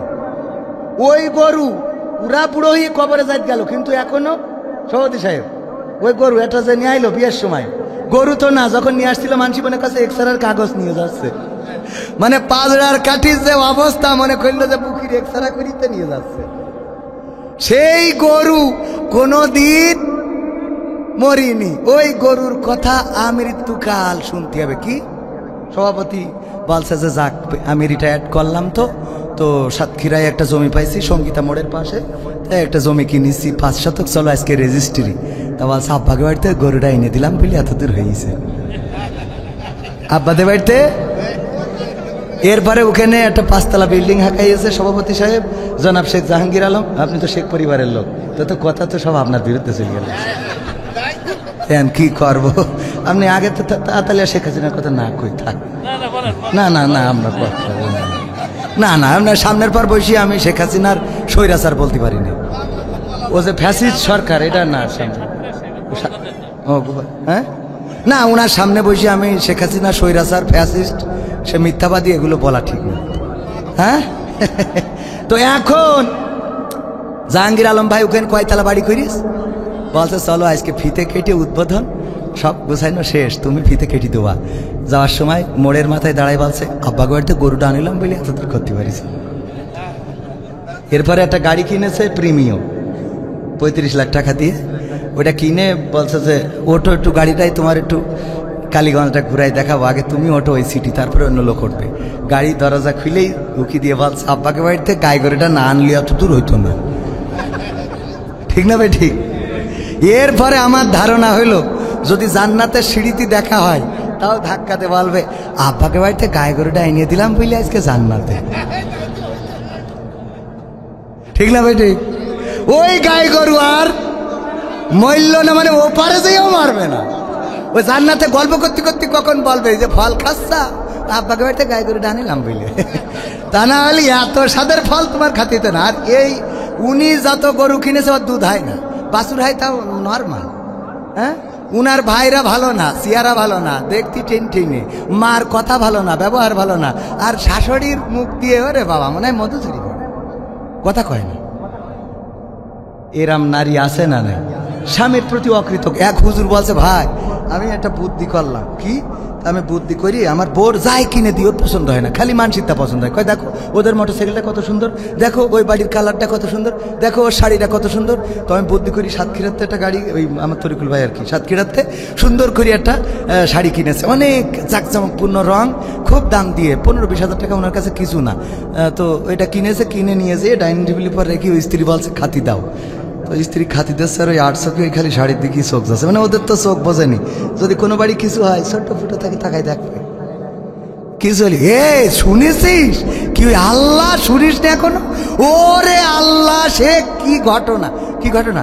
আল্লাহ ওই শেখ জাহাঙ্গীরের সে মাহফিলগুলো জুতো চুরি, মানে উপস্থাপনা এমন কাজ আছে মনে হচ্ছে যে ওখানে বাস পড়িয়েছে, ঠিক না ভাই? ঠিক। তো যাই হোক, ওইগুলো এখন শাড়ির দিকে এক ফাঁকে জিজ্ঞেস করে বসলো, মিস্টার তরিকুল সাহেব শাড়িটা কার? তো বলছে এটা কবির বিন সামাদ কিনেছে ওর বোর জন্য। দেখো দিন কত সুন্দর কালার, রং কত সুন্দর, সুতো কত সুন্দর, আর তুমি যা কেন তাকে পরা যায়। আমি বলে তোমার সংসার করছি, অন্য লোক হলে লাতি চাটা বাড়ি চলে যাইত কান্নার মতো। হ্যাঁ, তো বলছে শাড়ি কি তোমার পছন্দ হয়েছে? হবে না কেন? শাড়ির কালার কত সুন্দর, রং কত সুন্দর, পাড় কত সুন্দর, সুতো কত সুন্দর, আর আল্লাহ তোমার দুটো চোখ দিনই মার্বেল দিয়েছে, তোমার তো পছন্দ ভালো না। তরিকুল ভাই মনে মনে কয়, পছন্দ ভালো হলে কি তোর নিয়ে সংসার করি? হ্যাঁ, তো তোর নিয়ে আমি তো অন্য পরিবহনের খালাইতে বুন ধরে নিয়ে আসতাম। তো যাই হোক, বলছে শাড়ি যদি তোমার পছন্দ হয় তুমি নাও, কবির বিন সামাদ ও জামাতের লোক, আমিও তো ওই ক্লাসের লোক, অসুবিধা নেই, লাইন করি নোয়ানে। শাড়ি নিয়ে খুব আনন্দ। রাত্রি শোয়ার সময় তরিকুল ভাই জিজ্ঞেস করছে, ভাই না স্ত্রী শাড়ি কি তোমার পছন্দ হয়েছে? বলছে হবে না, তুমি জীবনে যা কিনেছাও একটাও ভালো জিনিস কিনেছাও, বিয়ের পর থেকে শুরু করে আজ পর্যন্ত একটা ভালো জিনিস পাইনি, আজকে একটা শাড়ি পাইছি যেটা মনের মতো। তাও কবির বিন সামাদ, সে তার বোর জন্য কিনেছে, ওর পছন্দ আছে। তো আছে স্ত্রী, একটা সত্যি কথা বলি, হায়াত মৌতের কথা বলা যায় না, দুনিয়ায় বেঁচে থাকলে জীবন, না থাকলে মরণ। আজকে যদি ঘুম ভাঙে সকাল, না ভাঙলে কি পরকাল। তো আমি সত্যি কথা বলতে, তোমার ভালোবেসে আমি নিজে পছন্দ করি সাতক্ষীরাতে আমি তোমার জন্য এই দামি শাড়িটা কিনে আনিছি। তা বলছে সত্যি তুমি কিনেছাও? বলে আমি কিনেছি তোমার জন্য ভালোবেসে। বলছে তাহলে এর রং থাকবে না, তাহলে এর আচ্ছা ওর কি খুশি করা সম্ভব? আল্লাহর নবী বললেন, অধিকাংশ নারীরা জাহান্নামী। অপরাধের মধ্যে 1 নম্বর কারণ হলো তারা স্বামীদের প্রতি অকৃতজ্ঞ থাকে, স্বামীদের প্রতি কৃতজ্ঞতা পোষণ করে না। স্বামীরা জানে পছন্দ হয় না। আমার সেনাবাহিনী রিটায়ার্ড পারসন শেখ জাহাঙ্গীর গেছে বাজার করার জন্য কালীগঞ্জে, সম্মানিত মানুষ। ওল একটা ছিল 1 সপ্তাহ ধরে বিক্রি হয় নাই, শুটকো হয়ে আরো ছোট হয়ে গেছে। দোকানদার বলতেছে, এই যে সেনাবাহিনীর ভাইজান আপনার জন্য একটা ওল আজ 1 সপ্তাহ ধরে রেখে দিস। আসলে কি রেখে দেয় না, বিক্রি হয়নি। আমরা হুজুররা গেলে আমাদেরও বিপদ, ভাই আপনার জন্য এই মাছটা রেখে দিছি, মানে যেই মাছটা বিক্রি হয়নি পচা নরম হয়ে গিয়ে তুলতুল করতে, ওই মাছটা আমাকে জন্য রেখে দেয়। ভাই হুজুর দাম কত? ভাই দাম জিজ্ঞেস করবেন না হুজুর, আপনি দাম জিজ্ঞেস করছেন, আমার কাছে প্যাকেটটা ফাঁক করেন, আমি ঢুকাই দিচ্ছি। ভাই একটু দেখি মাছটা ঠিক আছে। আপনি কি বলছেন? আপনি মাছ টিপে দেখতে পাবেন আপনার, এরম আছে না নাই? আপনি গোশ কিনতে যাবেন, দেখবেন যে ভাই 2 কেজি গোশ দেন। আচ্ছা দাঁড়ায় থাকেন, ভাই একটু হাড় কমে। হুজুর আপনি দাঁড়ায় থাকেন, কোনো কথা বলবেন না, আমি দিচ্ছি, আপনি কালকে এসে আমার খোঁজ করবেন, ঠিক না বে? ঠিক। যদি বলতে ভাই ওই ভাই ভাই এটা হুজুর আপনার বলিস না, আপনি দাঁড়ায় থাকেন, আপনি হুজুর না। আপনার সাথে আমি যদি 2 নম্বর করি, আল্লাহ তো জাহান্নামও জায়গা দেবে না। ওই পইলে 2 কেজি গোশের মধ্যে 1.5 কেজি দেবে। এবার বাড়ি নিয়ে যাই, ওর কাছে খাও কুপান, এমনি তো রাত্রি বাড়ি থাকতে পারি না, আরো গোসা শান্তিং আছে না নাই? এবার পরের দিন যাই বলি, ভাই আপনি কি আমার সংসারটা টিকাতে চান না আমাকে ছাড়াছাড়ি করাই দিচ্ছেন? বলছে বলিলাম না যে আপনি কাল এসে খুঁজবেন। শয়তান এই আছে না নাই? ভাইয়ারা আমার, এই যে অবস্থা আমাদের তো দোষ না। বাজারে গেলে অনেক কিছু আছে, অনেকেই সম্মানিত মানুষ বলে প্যাকেটে জোর করে ঢুকায় দেয়, কিছু করার নাই। ওইগুলো আনার পরে স্ত্রী খুশি হয় না। এই ওল এনেছো, ওল আবার মাঝে মাঝে এমন কচু দেয় বাজারে, ভাই গালচুল কই নাকি, কয় আপনি নিয়ে যান, কাঁচা চাওয়াই খাবেন। এবার বাড়ি এনে সেই কচু দিয়ে ইলিশ মাছ রেঁধে দিয়েছে। কচু খাওয়া কি, ইলিশ মাছ গালে দিলেও গালচুল করছে, ঠিক না ভাই? ঠিক। স্ত্রী কড়াই এনে সামনে ধরি, কয় নে তুই খাবি, তারপরে এখান থেকে উঠবি। হ্যাঁ হুজুর মানুষ না চুপ করি খাওয়া, আর কি খাওয়া, খায় আর কয় না খুব সুন্দর হয়ে গেছে। কিছু করার, রাত্রি বাড়ি থাকতে পারি না তো, এই কোয়া ছাড়া উপায় আছে? আর এই সব বিপদে আমাদের ফেলে, ঠিক বলছি তো? যাই হোক মা বোনেরা, এই কথাগুলো বললাম কেন? স্বামীর প্রতি সন্তুষ্ট থাকবেন, সারা দিন পরিশ্রম করে মাথার ঘাম পায়ে ফেলে, সেনাবাহিনীর চাকরি করেছে স্ত্রী পরিবারকে সুখে রাখার জন্য। হয়তো যেটা কিনেছে উনার পছন্দ এটা ছিল, আপনার হয়তো পছন্দ হয় নাই, তারপরেও আপনি সেটাকে আনন্দে সানন্দে গ্রহণ করেন, এটাই হলো আল্লাহর খুশির। বলেন সুবহানাল্লাহ। 2 নম্বর অপরাধ, 2 নম্বর অপরাধ, 1 নম্বর হলো স্বামীর নাশুকরি করে, আর 2 নম্বর অপরাধ হলো তারা বেশি বেশি অভিশাপ দেয়। কি সাপ? কি সাপ? ধুড়া সাপ, জাত সাপ, কালাত সাপ, গোকরা সাপ, এই সাপ না, কি সাপ? কিছু হলি কয়ে আল্লাহ তোর মরণ করে নাকি? হ্যাঁ বলে না, আমার ভাই খুব বলে রে আল্লাহ, আপনারও বলে। যে কোট গায়ে দিয়েছেন না বলে রাখে, ও কোট তো এ আমলের কোট না, ও তো পরকালের কোট, ঠিক না বেটে? ভাই খুব বিপদে আছে রে, আল্লাহ হেদায়েত নসিব করুক। বলে না আমি কয় তুই মরিস না কেন, আজরাইল তোর দেখে না কেন? আমার কাছে একজন ফোন দিয়েছে, দিয়ে বলছে হুজুর আপনি কি সেই হুজুর? আমি বললাম কোন হুজুর? বলছে যে ওই যে প্রশ্ন করে উত্তর বলি দেন। তা আমি বলছি হ্যাঁ, আমি ওই যে কুইজ করি মাঝে মাঝে। তো বলছে হুজুর আমার স্বামী না মরে গেছে। আমি বললাম আমার বিয়ে করা হবে না, শোনা আমার 2টো বাচ্চা 1টা বউ, ওই নিয়েই জ্বালায় আছে, ও হবে না। বলছে না হুজুর বিয়ে করার জন্য বলিনি, আমি অন্য একটা কাজে। কি? তা বলছে হুজুর আমার স্বামী অসুস্থ ছিল, তো আমি প্রায়ই তাকে বলতাম যে আল্লাহ তোমার মরণ করে না কেন, এরম পড়ি না থেকে মরি যাও, দূর হয়ে যাও। আমি বলতাম যে আল্লাহ তোমার মরণ করে না, দূর হয়ে যাও, তোমার তুলে নেয় না কেন আল্লাহ, এত লোকের নিয়ে যায় তোমার নেয় না কেন? আমি এই কথাগুলো বলতাম। আমার স্বামী মারা গেছে, তো মারা যাওয়ার পরে আমার মনে, আমার হৃদয়ে, আমার অন্তরে, আমার বুকের মধ্যে খুবই কষ্ট যে আমি এই কথাগুলো বলার কারণেই কি এত তাড়াতাড়ি মারা গেল। আমার এই কথার জন্য কি পরকালে হিসাব দিতে হবে? এই কথার কারণে কি এই ব্যক্তি এই পৃথিবী তাকে ছাড়তে হলো? আমি হুজুর আপনার কাছে জানতে চাই যে আমার এই অপরাধের কারণে আল্লাহ শাস্তি দিবেন কিনা, বা আমার এই কথার কারণে সে মারা গেল কিনা, অথবা তার হায়াত এই পর্যন্ত ছিল কিনা, যে হায়াত ফুরাইয়ে গেছে, মারা গেছে। আল্লাহর কসম, আল্লাহি আমি সত্য ঘটনা বলছি। আমি তাকে বললাম বোন তার হায়াত ফুরাইয়েছে নাকি ফুরাই নাই? হায়াত কমা বাড়া করে না? করে না। দোয়ায় হায়াত বাড়ে, আবার দোয়ায় হায়াত কমে। শুধু তাই না, যদি কেউ কারোর জন্য দোয়া করে, আল্লাহ নবী বলেছেন যে দোয়া করে যার জন্য, এই দোয়া আগে তার জন্য কবুল হয়। বলেন সুবহানাল্লাহ। সুতরাং আমরা অন্যের ভালোর জন্য দোয়া করবো, আল্লাহ আমাদের ভালো করে দিবেন। মনে থাকবে আমার যুবকেরা, অন্যের জন্য দোয়া করবো, আল্লাহ আমার দোস্তের একটা ভালো বউ দাও। এই জঞ্জিরা কি দোয়া করতে হবে? আল্লাহ আমার দোস্তের একটা ভালো বউ দাও, তাইলে তোমার জন্য এই দোয়া কবুল হয়ে যাবে। তোমার আল্লাহ কি করবে? ভালো একটা স্ত্রী দিয়ে দেবে। বলেন সুবহানাল্লাহ। তারপরে এই কারণে কি আমার জবাবদিহিতা করতে হবে? আমি বললাম ওগো আমার বোন, হায়াত ফুরাইয়েছে নাকি ফুরাই নাই এটা বলার সক্ষমতা আমার নাই, কারণ ওই খাতা, হায়াতের ওই খাতাটা আমার দেখার মতো তৌফিক আল্লাহ দেন নাই, এবং এটা মানুষের মধ্যে রাখেন নাই। হায়াত মউতের মালিক কে? আল্লাহ। তবে এতটুকু বলতে পারি, আল্লাহর নবী বলেছেন 2টা কারণে নারীরা জাহান্নামী। 1 নম্বর হলো তারা স্বামীর প্রতি নাশুকরি করে, আর 2 নম্বর হলো তারা বেশি বেশি অভিশাপ দেয়। আপনি এই অপরাধের মধ্যে একজন অপরাধী, এই অপরাধের কারণে আল্লাহ চাইতো আপনাকে যদি ক্ষমা না করেন, জাহান্নামের রাস্তায় আপনি একটু আগাই গেছেন। ঠিক না বে ঠিক? মা বোনেরা আমার, আল্লাহর নবীর কন্যা ফাতেমা রাদিয়াল্লাহু তাআলা আনহা, হাসান হুসাইন কান্না করছে, ওগো মা খেতে দাও। 4টা দিন, 3টা দিন, 5টা দিন হয়ে যায়, মাগো খেতে দিতে পারো না, পাথর বেঁধে আর কিভাবে দিন পার করব? কলিজাটা ফেটে যায় পেটে ক্ষুধার যন্ত্রণায়।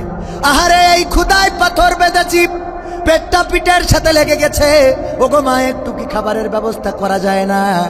ওই সময় আলী রাদিয়াল্লাহু তাআলা আনহু বাড়িতে ঢুকছিলেন। বাড়িতে যখন গেটের মধ্যে পা দিয়েছেন, ফাতেমা রাদিয়াল্লাহু তাআলা আনহা দেখলেন আলী বাড়িতে ঢোকে, হাতটা শূন্য, মনটা খারাপ হয়ে গেল। চিৎকার করে বললেন, ওগো হাসান হুসাইন, তোমরা কেন আমাকে বারবার জ্বালাতন করো? কেন আমাকে জ্বালাও?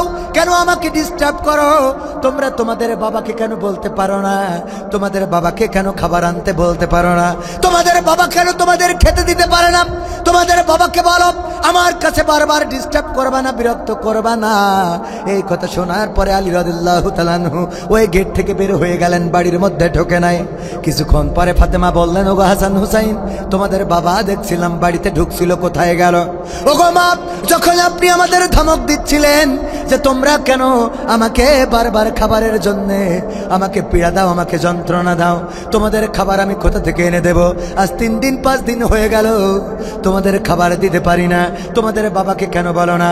এই কথা শোনার পরে আমাদের বাবা বাড়িতে ঢোকে নাই, গেট থেকে বের হয়ে গেছে। ফাতেমা রাদিয়াল্লাহু তাআলা আনহা তাড়াতাড়ি করে তাদের পিতাকে খোঁজার জন্য বের হলেন। মদিনার অলিতে গলিতে ঘুরলেন, না কোনো জায়গায় পাইলেন না। তারপরে আল্লাহর নবীর কাছে গেলেন, যে বললেন, ওগো নবী গো, আজকে বড্ড কষ্ট দিয়ে ফেলেছি আপনার জামাতাকে। কি কষ্ট দিয়েছ? ওগো নবী, হাসান হুসাইন 3 দিন 4 দিন ধরে না খাওয়া, পেটটা পিঠের সাথে লেগে গেছে, পাথর বেঁধে রেখেছে পেটের সাথে, আমাকে বারবার ডিস্টার্ব করে, খেতে দাও খেতে দাও। আমি ধমক দিয়ে বলেছি তোমাদের বাবাকে কেন বলতে পারো না, আমাকে কেন বলো? এই কথা যখন বলছিলাম আলী বাড়িতে ঢুকছিল, আমার কথা শুনে বাড়ি থেকে বের হয়ে গেছে। ওগো বাবা, আমি তো ঘুরলাম পাড়ায়, কোন জায়গায় হাসান হুসাইনের বাবাকে খুঁজে পেলাম না। আল্লাহর নবী বললেন, ওগো ফাতেমা, তুমি শুনে নাও শুনে নাও, আমার আলী যদি আজকে তোমার কথায় কষ্ট পায়, আর কষ্ট পেয়ে যদি বাড়ি থেকে বের হয়ে যায়, এই মুহূর্তে যদি মালাকুল মাউত এসে আমার আলীর জানটা কবজ করে নিয়ে যায়, এই পৃথিবী যদি ছেড়ে চলে যায়, বনের সাপে যদি কেটে দেয়, অথবা বাঘে যদি তাকে ভক্ষণ করে নেয়, আর তুমি যদি তোমার স্বামীর কাছ থেকে ক্ষমা চেয়ে না নিতে পারো, তাইলে আমি নবী পরকালের ময়দানে তুমি আমার কন্যা এই পরিচয়টা দেব না। আল্লাহু আকবার বলবেন না? আল্লাহর নবী কোন কন্যাকে বললেন? আল্লাহর নবী যেই কন্যাকে এত ভালোবাসতেন, বাড়ি থেকে যখন সফরে বের হতেন তখন সবার শেষে দেখা করতেন ফাতেমা রাদিয়াল্লাহু তাআলা আনহার সাথে, আর সবার আগে বাড়িতে ফিরে দেখা করতেন ফাতেমা রাদিয়াল্লাহু তাআলা আনহার সাথে। শুধু তাই নয়, আল্লাহর নবী বলেছেন, ওগো আমার সাহাবীরা, ওগো আমার পরিবারের লোকেরা, শুনে না, যদি কেউ আমার কন্যা ফাতেমাকে খুশি করে, সে যেন আমি নবীকে খুশি করে, আর যদি কেউ আমার ফাতেমাকে কষ্ট দেয়, সে যেন আমি নবীকে কষ্ট দেয়। এই ফাতেমাকে আল্লাহর নবী বলেছেন, পরকালের ময়দানে আমি পরিচয় দিতাম দেব না যদি তুমি তোমার স্বামীর কাছ থেকে ক্ষমা চেয়ে না নিতে পারো। সুতরাং মা বোনেরা যারা পর্দার অন্তরালে আছেন, এবার বুঝে দেখেন, স্বামীকে যদি কষ্ট দিয়ে থাকেন, ব্যথা দিয়ে থাকেন, অন্যায় আচরণ করে থাকেন, ক্ষমা যদি না চেয়ে নেন, তাহলে কিন্তু পরকালের ময়দানে নিজের কন্যাকে নবী পরিচয় দেয় না, আর আমাদের উম্মত বলে পরিচয় দিবে? কথা কয় না, দিবে? সুতরাং ক্ষমা, পুরুষরা বলছে হুজুর পাইছি কি, একটু যেন ক্ষমা চায়। আবার পুরুষদের ভালো হওয়ার দরকার আছে না নাই? ভালো হওয়া কি? সারা রাত দিন তাস খেলা, চার দোকান, সিরিয়াল, টেলিভিশন, যাত্রা, গান, ম্যাজিক, এইগুলো দেখি বেড়াবে, আর আমাকে বলবে হুজুর একটু আমার বস জন্য দোয়া করেন, ও যেন সিরিয়াল না দেখে। তুই সিরিয়াল ছাড় আগে। কথা কয় না? এরম পুরুষ আছে না নাই? আছে, মানে অনেক আছে। এক পুরুষ তো যাইতে, মানে এক মহিলা ওয়াজ শুনে, মহিলারা তো ভালো ওয়াজ শুনে যে আমল করে, বাড়ি যাইতে ওয়াজ শুনেছে, আমার আব্বা বলছে যে ওয়াজ করিছে, রহিমা আলাইহিসসালাম তার স্বামী আইয়ুব আলাইহিসসালামকে চুল দিয়ে পা মুছাই দিত। তো মা বোনেরা, আপনারা যদি পারেন স্বামীর চুলতে পা মুছাই দেবেন, এতে আল্লাহ মাথায় যত চুল আছে তত সোয়াব দিয়ে দেবেন। বলেন সুবহানাল্লাহ। টাকলা মুরাদের বউ বলছে, আমার তো তাহলে তেশ মারা সারা, কারণ আমার তো ওর মাথায় কোনো মাল নেই। তো যাই হোক, সাদে মাল নেই, অসুবিধা নেই। তো এই কালীগঞ্জের একজন শুনে যাই, তো যাই পা মোছাইয়ে শুয়েছে, শুলি গন্ধে বাঁচা যাচ্ছে না, গন্ধ গন্ধ গন্ধ, মানে পায়খানার গন্ধ কোথা থেকে আসতেছে। হেরিকেন ধরায় খুঁজে খুঁজে, তখন তো হেরিকেনের যুগ পায় না, দেখে যে আস্তে আস্তে করে চুল টানলো পিছনতে, কয় তোমার চুলিতে তো গুরগন্ধ। তা চুলিতে আসবে কেন? আমি তো পায়খানা ফিরি, তা তো চুলি লাগার কথা না। তাহলে তুমি বুঝে দেখো, বুঝে দেখো কি হুজুর ওয়াজ করিছে যে স্বামীর চুলতে পা মুছাই দিলি মাথায় যত চুল তত সোয়াব হবে। তা আমি ওয়াজটা শুনে এসে একটু আমল করি শুয়েছি। আচ্ছা, ওই তো তেসমারা খাইছে ওখানে। কেন? কারণ ও মৌতলার মোড়ে তাস খেলছিল টাকা দিয়ে। কি দিয়ে? রইতন হরতন টিকা। হঠাৎ করি ওই যে আর্মির গাড়ি এসে দাঁড়াইয়েছে, ও বুঝতে পেরিয়েছে ধরি গান গাওয়া হবে। হ্যাঁ, এই জন্য তাড়াতাড়ি করে উঠে দিয়েছে, দৌড় দেশে, বাগান ছিঁড়তে ছিঁড়তি, বাঁশ বাগানে কিডা এক রাইট ঝেড়ে দিয়েছে, চটকায় দিয়ে শুয়ে রয়েছে। আর ওই রাতে থেকে কি পা মুছাই দিয়েছে। পরের দিন আমার আব্বা বলছে, ওয়াজ করি যখন ফিরে যাচ্ছে, তখন মহিলারা পর্দার অন্তরালতে ডেকে বলছে, হুজুর শোনেন, ওয়াজ তো করি দিলেন যে স্বামীদের চুলতে পা মুছাই দিয়েতে শুভা, তো একটু সামনে যারা থাকে ওকে বলবেন যে যেন কলেতে পাটা ধুইয়েতে শো, তা না হলে তার রাত্রি ঘুমাইনো হয় না। তা আপনারা একটু পাটা ধুয়ে শোন। এরম পুরুষ আছে না নাই? আছে মানে কি, আমাদের কলেজের এক টিচার বলতেছে যে ওর এক চাচা সমবয়সী বিয়ে করেছে, বিয়ে দিয়েছে, দেওয়ার পরে ওর মনে দুঃখ হইলো, বিয়ের 2-3 মাস পার হয়ে গেছে, কিন্তু স্ত্রী কোনোদিন ওর ঠোঁটে কিস করতে দিনি। এটা তো খারাপ কিছু না রে পাগল। বিয়ের পরে কিস করেন যা করেন সব সোয়াবের কাজ, বলেন সুবহানাল্লাহ। আর বিয়ের আগে করলি বাটাম, কি টাম? হ্যাঁ, মনে থাকে যেন কি টাম। হ্যাঁ, তো এখন বিয়ের পরে কি সোয়া কয়, বিয়ের পরে, বিয়ের পরে না এইসব না করলি বাটাম। এই জন্যই বিয়ে করার জন্য ওই যে আমার কাছে সিরকুট লেখে, হুজুর আমার আব্বাই মাহফিলে আছে, আমার নাম রফিক, আমার বিয়ের বয়স হয়েছে কিন্তু আব্বা বিয়ে দিচ্ছে না, একটু আপনি ওয়াজ করে দেন। আমি কই তোর আব্বার ডেকে নিয়ে স্টেজে যাই, আজ তোর মহিলা প্যান্ডেলতে মেয়ে দেখে বিয়ে দে, তুই তারপর বাড়ি যাবো। ওয়াজ করে দিয়ে বিয়ে দেওয়া যায়? তুই সামনের পর আয়। আমি কই যুবকরা এসব লাগবে না, আরো হাদিস শিখাই দেবো অন্য দিন, আজকে তো আর সময় হবে না। তো আমি যেই কথাটা বলি শেষ করি, কি বলছিলাম, ওই যে চাচা বিয়ে করেছে, করার পরে চাচা মনের দুঃখী ভাতিজার বলি ফেলেছে, ভাতিজা তুই তো সমবয়সী, এটা মনের কষ্টের কথা কই, তোর চাচি তো ঠোঁটে আমার কিস করতে দেয় না। তো বলছে আমি কি চাষির বলবো? বলছে যেহেতু সমবয়সী, তোরাই তো দেখি শুনি বিয়ে দিলি, একটু লজ্জা ভেঙে বলছেন দিন। তো চাষির ডেকে বলছো, চাষি একটা কথা বলতাম, লজ্জা নিয়েন না। চাষা একটা অভিযোগ করলো। কি অভিযোগ? চাষা বললো আপনি নাকি চাষির ঠোঁটে কিস করতে দেন না। বলছে লজ্জা ভেঙে যেহেতু বলিছে, তোমার আমি একটা সত্যি কথা বলি, তোমার চাচা বিড়ি খেয়ে মুখের যা করে রেখেছে তাতে ওর পাছায় কিস করা যাবে, তা ঠোঁটে না। আছে না নাই? বিড়ি খেয়ে এত দুর্গন্ধ করে যে ইমাম যখন বলে ওয়ালাদ্দাল্লিন, ফেরেশতা খাতা থুই হাঁটা দেয়, কয় পরে এসে লেখবে। ঠিক না বে ঠিক? সুতরাং আগামীতে আমরা আর বিড়ি খাবো না। কারা কারা হাত উঁচু করেন? এত লোক বিড়ি খোর, হ্যাঁ? যারা খায় না ওরাও হাত তুলি কে? আমি বললাম আগামী যারা খায় না ওরা তো খাই না, যারা খান আগামীতে খাবেন না এমন সাহস করে হাত তোলেন তো যে আগামীতে আর বিড়ি খাবো না। 1-2 জন, একজন আমার যুবক, 1-2 খান, খাবেন না 3 দেখি হাত তোলেন, দেখি আমি গিফট দেবো আপনাদের। যে কয়জন আগামীতে বিড়ি খান খাবেন না স্টেজে আসেন, আমার একটা করে গানের বই দিয়ে দেবো। আছে উস্তাদ গানের বই? একটা করে গানের বই দেবো। আসেন, বিড়ি খান, ধূমপান করেন, আবার বিড়ি খান বলছি বলে আবার সিগারেট ধরেন না, ধূমপান ছেড়ে দেবেন। কারা আছেন? আমার একটা করে গানের বই গিফট করবো, আসেন স্টেজে। আর খাবেন আল্লাহর জন্যে, লজ্জার কিছু নেই। দুনিয়ার পরে বেইজ্জতি হওয়ার থেকে পরকালে যদি বেইজ্জতি হন সেটা বড় কষ্টের, বলেন ঠিক না বে ঠিক? সাহস করে যারাই আসবেন আমি আপনাদের সম্মানিত করব, ইজ্জত দেওয়ার মালিককে। এই ওয়াজ মাহফিল থেকে নামাজি হবেন, রোজাদার হবেন। আমি অন্তত বড় বড় হুজুরদের কথায় নামাজ পড়েন, আমার কথায় বিড়িটা ছাড়েন। দেখি কোন যুবক আছেন, এই যে আমার একজন ভাইজান, মাশাআল্লাহ। আর কেউ আসবেন?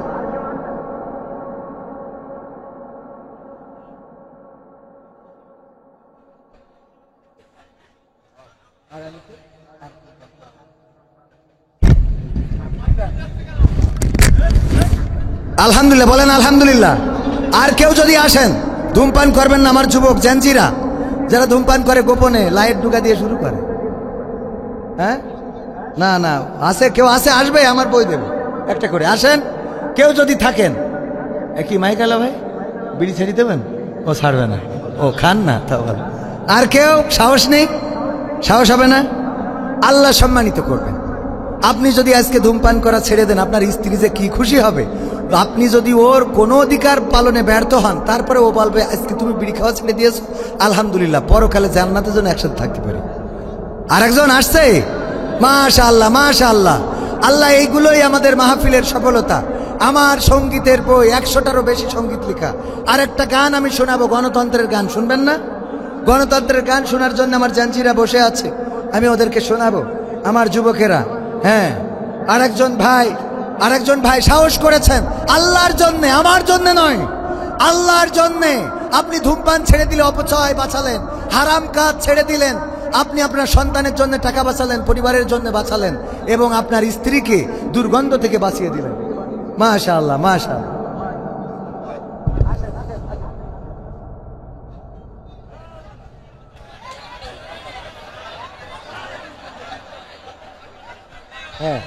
আমার আজম ভাই তিনিও ধূমপান ছেড়ে দিবেন, উনি ওয়াদা করলেন। আর একজন ভাই আসছেন, আল্লাহ রাব্বুল আলামিন আমাদের ভাইজানদেরকে কবুল করুন, এবং তাদের ভিডিওগুলো থেকে যাচ্ছে আল্লাহর জন্য তারা পরিবর্তন। নাম কি ভাইজান?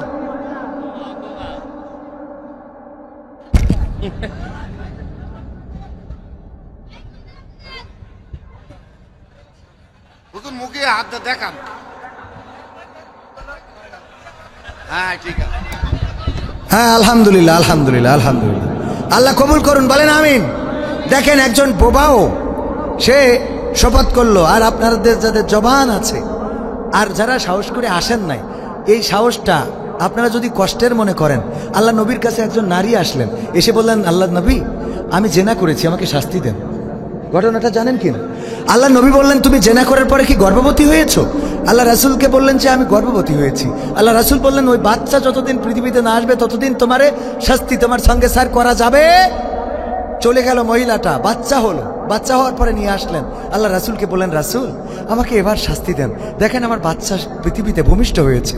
আল্লাহ রাসূল বললেন, তোমারে এখনো শাস্তি দেওয়া যাবে না, কারণ তোমার বাচ্চার হক রয়েছে তোমার বুকে, তাকে দুগ্ধ পান করাতে হবে 2.5 বছর। যতদিন পর্যন্ত দুনিয়ার খাবার খাওয়া না শিখবে ততদিন পর্যন্ত আমি তোমার শাস্তি কার্যকর করতে পারবো না। ওই মহিলাটা আবার কাঁদতে কাঁদতে চলে গেলেন, আল্লাহ যদি আমি এর মধ্যে মারা যাই তাহলে এই জেনার জন্য তুমি আমার যদি জাহান্নাম দাও, আমার কি উপায় হবে? তারপরে যখন সন্তানটা একটু বড় হলো, কিছু খাওয়া শিখলো, আল্লাহ নবীর কাছে ওই মহিলাটা আবার বাচ্চা নিয়ে আসলেন এবং বললেন, বিশ্বনবী এই বাচ্চা আমার আপনার কাছে নিয়ে এসেছি, দেখেন সে খাওয়া শিখেছে, এই যে কুরমা তার হাতে সে নিজে নিয়ে খায়। আল্লাহ নবী বললেন, ঠিক আছে তোমার শাস্তিটা কার্যকর করার জন্য সাহাবীদের আমি আদেশ করে দিছি। সাহাবীদের বলে দিলেন, ওগো সাহাবীরা নিয়ে যাও এই মহিলাটার সঙ্গে সার করো, মাজা পর্যন্ত কেটে দাও, তারপরে চারিদিক থেকে ইট পাথর নিক্ষেপ করে সঙ্গে সার করে দাও, কারণ জেনাকার সে তার সঙ্গে সার করার জন্য নিজে ছুটে এসেছে। আল্লাহ নবী সাহাবীরা মাজা পর্যন্ত পুঁতে দিলেন, পাথর নিক্ষেপ করতে লাগলেন, রক্ত ফিনকি দিয়ে এসে একজন সাহাবীর গায়ে লাগলো, সাহাবী ঘৃণা করলেন, ছি ছি একটা জেনাকারের রক্ত আমার গায়ে লেগেছে, থু। আল্লাহ নবী বললেন, ওগো সাহাবী এমন আচরণ করো না, তোমরা জানো না এই মহিলার তওবাটা আল্লাহ কেমন করে কবুল করেছেন। এই মহিলার তওবা আল্লাহ এত শক্তভাবে এত বড় করে কবুল করেছেন যে তার তওবা যদি গোটা দুনিয়ার মানুষের মাঝে ভাগ করে দেওয়া হয় তাও অর্ধেক তার পাশে থেকে যাবে। বলেন সুবহানাল্লাহ। একজন নারী জেনা করার পরে ছুটে এসেছেন, আল্লাহ নবী আমাকে শাস্তি দেন। আর আমরা সামান্য ধূমপান, এটা তো আহামরি কিছু না। এই ধূমপানের জন্য যারা একটু পরিবর্তন, আমার অনেকগুলো বই ছিল, এক একটা বই আমি আপনাদের গিফট করতে চেয়েছি, উপহার তো পাইতেন। আল্লাহর কোরআনের মাহফিলে এসে তওবা করে যেতেন। হতে পারে আজকের মাহফিলটা আমাদের জীবনের শেষ মাহফিল। কবরে যাওয়ার পরে মালাকুল মাউত যদি প্রশ্ন করে, মান রব্বুকা মান দীনুকা মান নবিয়ুকা, আপনি জবাব দিতে পারেন আর না পারেন, আমলের খাতা আল্লাহ বলবেন, ইকরা কিতাবাকা কাফা বিনাফসিকা আল-ইয়াওমা আলাইকা হাসিবা, পড়ো তোমার কিতাব, পড়ে তোমার হিসাব করে দাও, তোমার হিসাব করার জন্য তুমি যথেষ্ট। আপনি কিতাব খুলে দেখবেন, কোরআনের মাহফিলে ছিলাম আল্লাহ, জীবনের সব পাতায় তো অন্যায়, কিন্তু লাস্টের পাতাটায় দেখো আল্লাহ একটা কোরআনের মাহফিলে বসেছিলাম, তোমার বান্দারা ওয়াজ করেছিল, আমি শুনেছিলাম। ওগো আল্লাহ আমি ধূমপান করতাম, তোমার বান্দার ওয়াজ শুনে আমি ধূমপান ছেড়ে দিয়েছিলাম। এই যে দেখো শেষ পাতাটাই, এই পাতাগুলো আল্লাহ তুমি দেখো না, এই পাতায় সব গুনাহ, অন্যায়, অপরাধ, জেনা, ব্যভিচার, চুরি, রাহাজানি, মাস্তানি, খুন, খারাপি সব আছে। আল্লাহ তুমি এগুলো না দেখে যদি লাস্টের পাতাটা দেখে ক্ষমা করে দিতে, আমার আল্লাহর এত দয়া এত মায়া যে তিনি আমাদের এই লাস্টের পাতা দেখে ক্ষমা করে দিতে পারে না? গণতন্ত্র চিনি নাই আমি, জানি না গণতন্ত্র, গণতন্ত্র দেখিনি আমি, শুনেছি গণতন্ত্র। গণতন্ত্র চিনি নাই আমি, জানি না গণতন্ত্র, গণতন্ত্র দেখিনি আমি, শুনেছি গণতন্ত্র। শুনেছিলাম আমি বাংলাদেশে গণতান্ত্রিক রাজা, যখন যারে মনে চেয়েছে ধরে দিয়েছে সাজা। শুনেছিলাম আমি বাংলাদেশে গণতান্ত্রিক রাজা, যখন যারে মনে চেয়েছে ধরে দিয়েছে সাজা। কাউকে দিয়েছে ফাঁসির দণ্ড, রেখেছে আয়না ঘরে, কাউকে আবার লাশ বানিয়ে ভাসিয়েছে সাগরে। কাউকে দিয়েছে ফাঁসির দণ্ড, রেখেছে আয়না ঘরে, কাউকে আবার লাশ বানিয়ে ভাসিয়েছে সাগরে। করেছে এসব কিসের জোরে, ছিল কি দাদার মন্ত্র? কেমন গণতন্ত্র ছিল, কেমন গণতন্ত্র, গণতন্ত্রের আড়ালে ছিল দাদার ষড়যন্ত্র। কেমন গণতন্ত্র ছিল, কেমন গণতন্ত্র, গণতন্ত্রের আড়ালে ছিল মোদির ষড়যন্ত্র। শুনেছি আগে নির্বাচনে লাগতো টাকার নোট, দেখেছি আমরা ভোট করিতে লাগেনি কোনো ভোট। শুনেছি আগে নির্বাচনে লাগতো টাকার নোট, দেখেছি আমরা ভোট করিতে লাগেনি কোনো ভোট। ভোটের আগে পাশ হয়েছে মন্ত্রী মিনিস্টার, লাগেনি মিছিল লাগেনি মিটিং লাগেনি তো পোস্টার। ভোটের আগে পাশ হয়েছে মন্ত্রী মিনিস্টার, লাগেনি মিছিল লাগেনি মিটিং লাগেনি তো পোস্টার। নির্বাচন কমিশন ছিল ইন্ডিয়ান গণতন্ত্র, কেমন গণতন্ত্র ছিল কেমন গণতন্ত্র, গণতন্ত্রের আড়ালে ছিল মোদির ষড়যন্ত্র। কেমন গণতন্ত্র ছিল কেমন গণতন্ত্র, গণতন্ত্রের আড়ালে ছিল দাদার ষড়যন্ত্র। বিরোধী দল যারা সংসদে ছিল তারা ছিল পোষা ময়না, দেশ চলে পুড়ে হয়েছিল ছাই তবুও তো কিছু কয় না। বিরোধী দল যারা সংসদে ছিল তারা ছিল পোষা ময়না, দেশ চলে পুড়ে হয়েছিল ছাই তবুও তো কিছু কয় না। শাসনে ছিল না সততা নিষ্ঠা, বিচারের ছিল না মান, সংসদে বুঝি তাই শোনা যেত মমতাজের গান। শাসনে ছিল না সততা নিষ্ঠা, বিচারের ছিল না মান, সংসদে বুঝি তাই শোনা যেত মমতাজের গান। বিরোধী দল নাই ওটা তো ছিল ডিজিটাল ষড়যন্ত্র, কেমন গণতন্ত্র ছিল কেমন গণতন্ত্র, গণতন্ত্রের আড়ালে ছিল রয়ের ষড়যন্ত্র।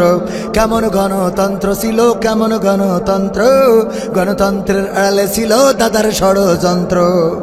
নায়েবে রাসূল কোরআনের পাখি বলতো মানুষ যারে, 13টি বছর সেই মানুষের রেখেছিল কারাগারে। নায়েবে রাসূল কোরআনের পাখি বলতো মানুষ যারে, 13টি বছর সেই মানুষের রেখেছিল কারাগারে।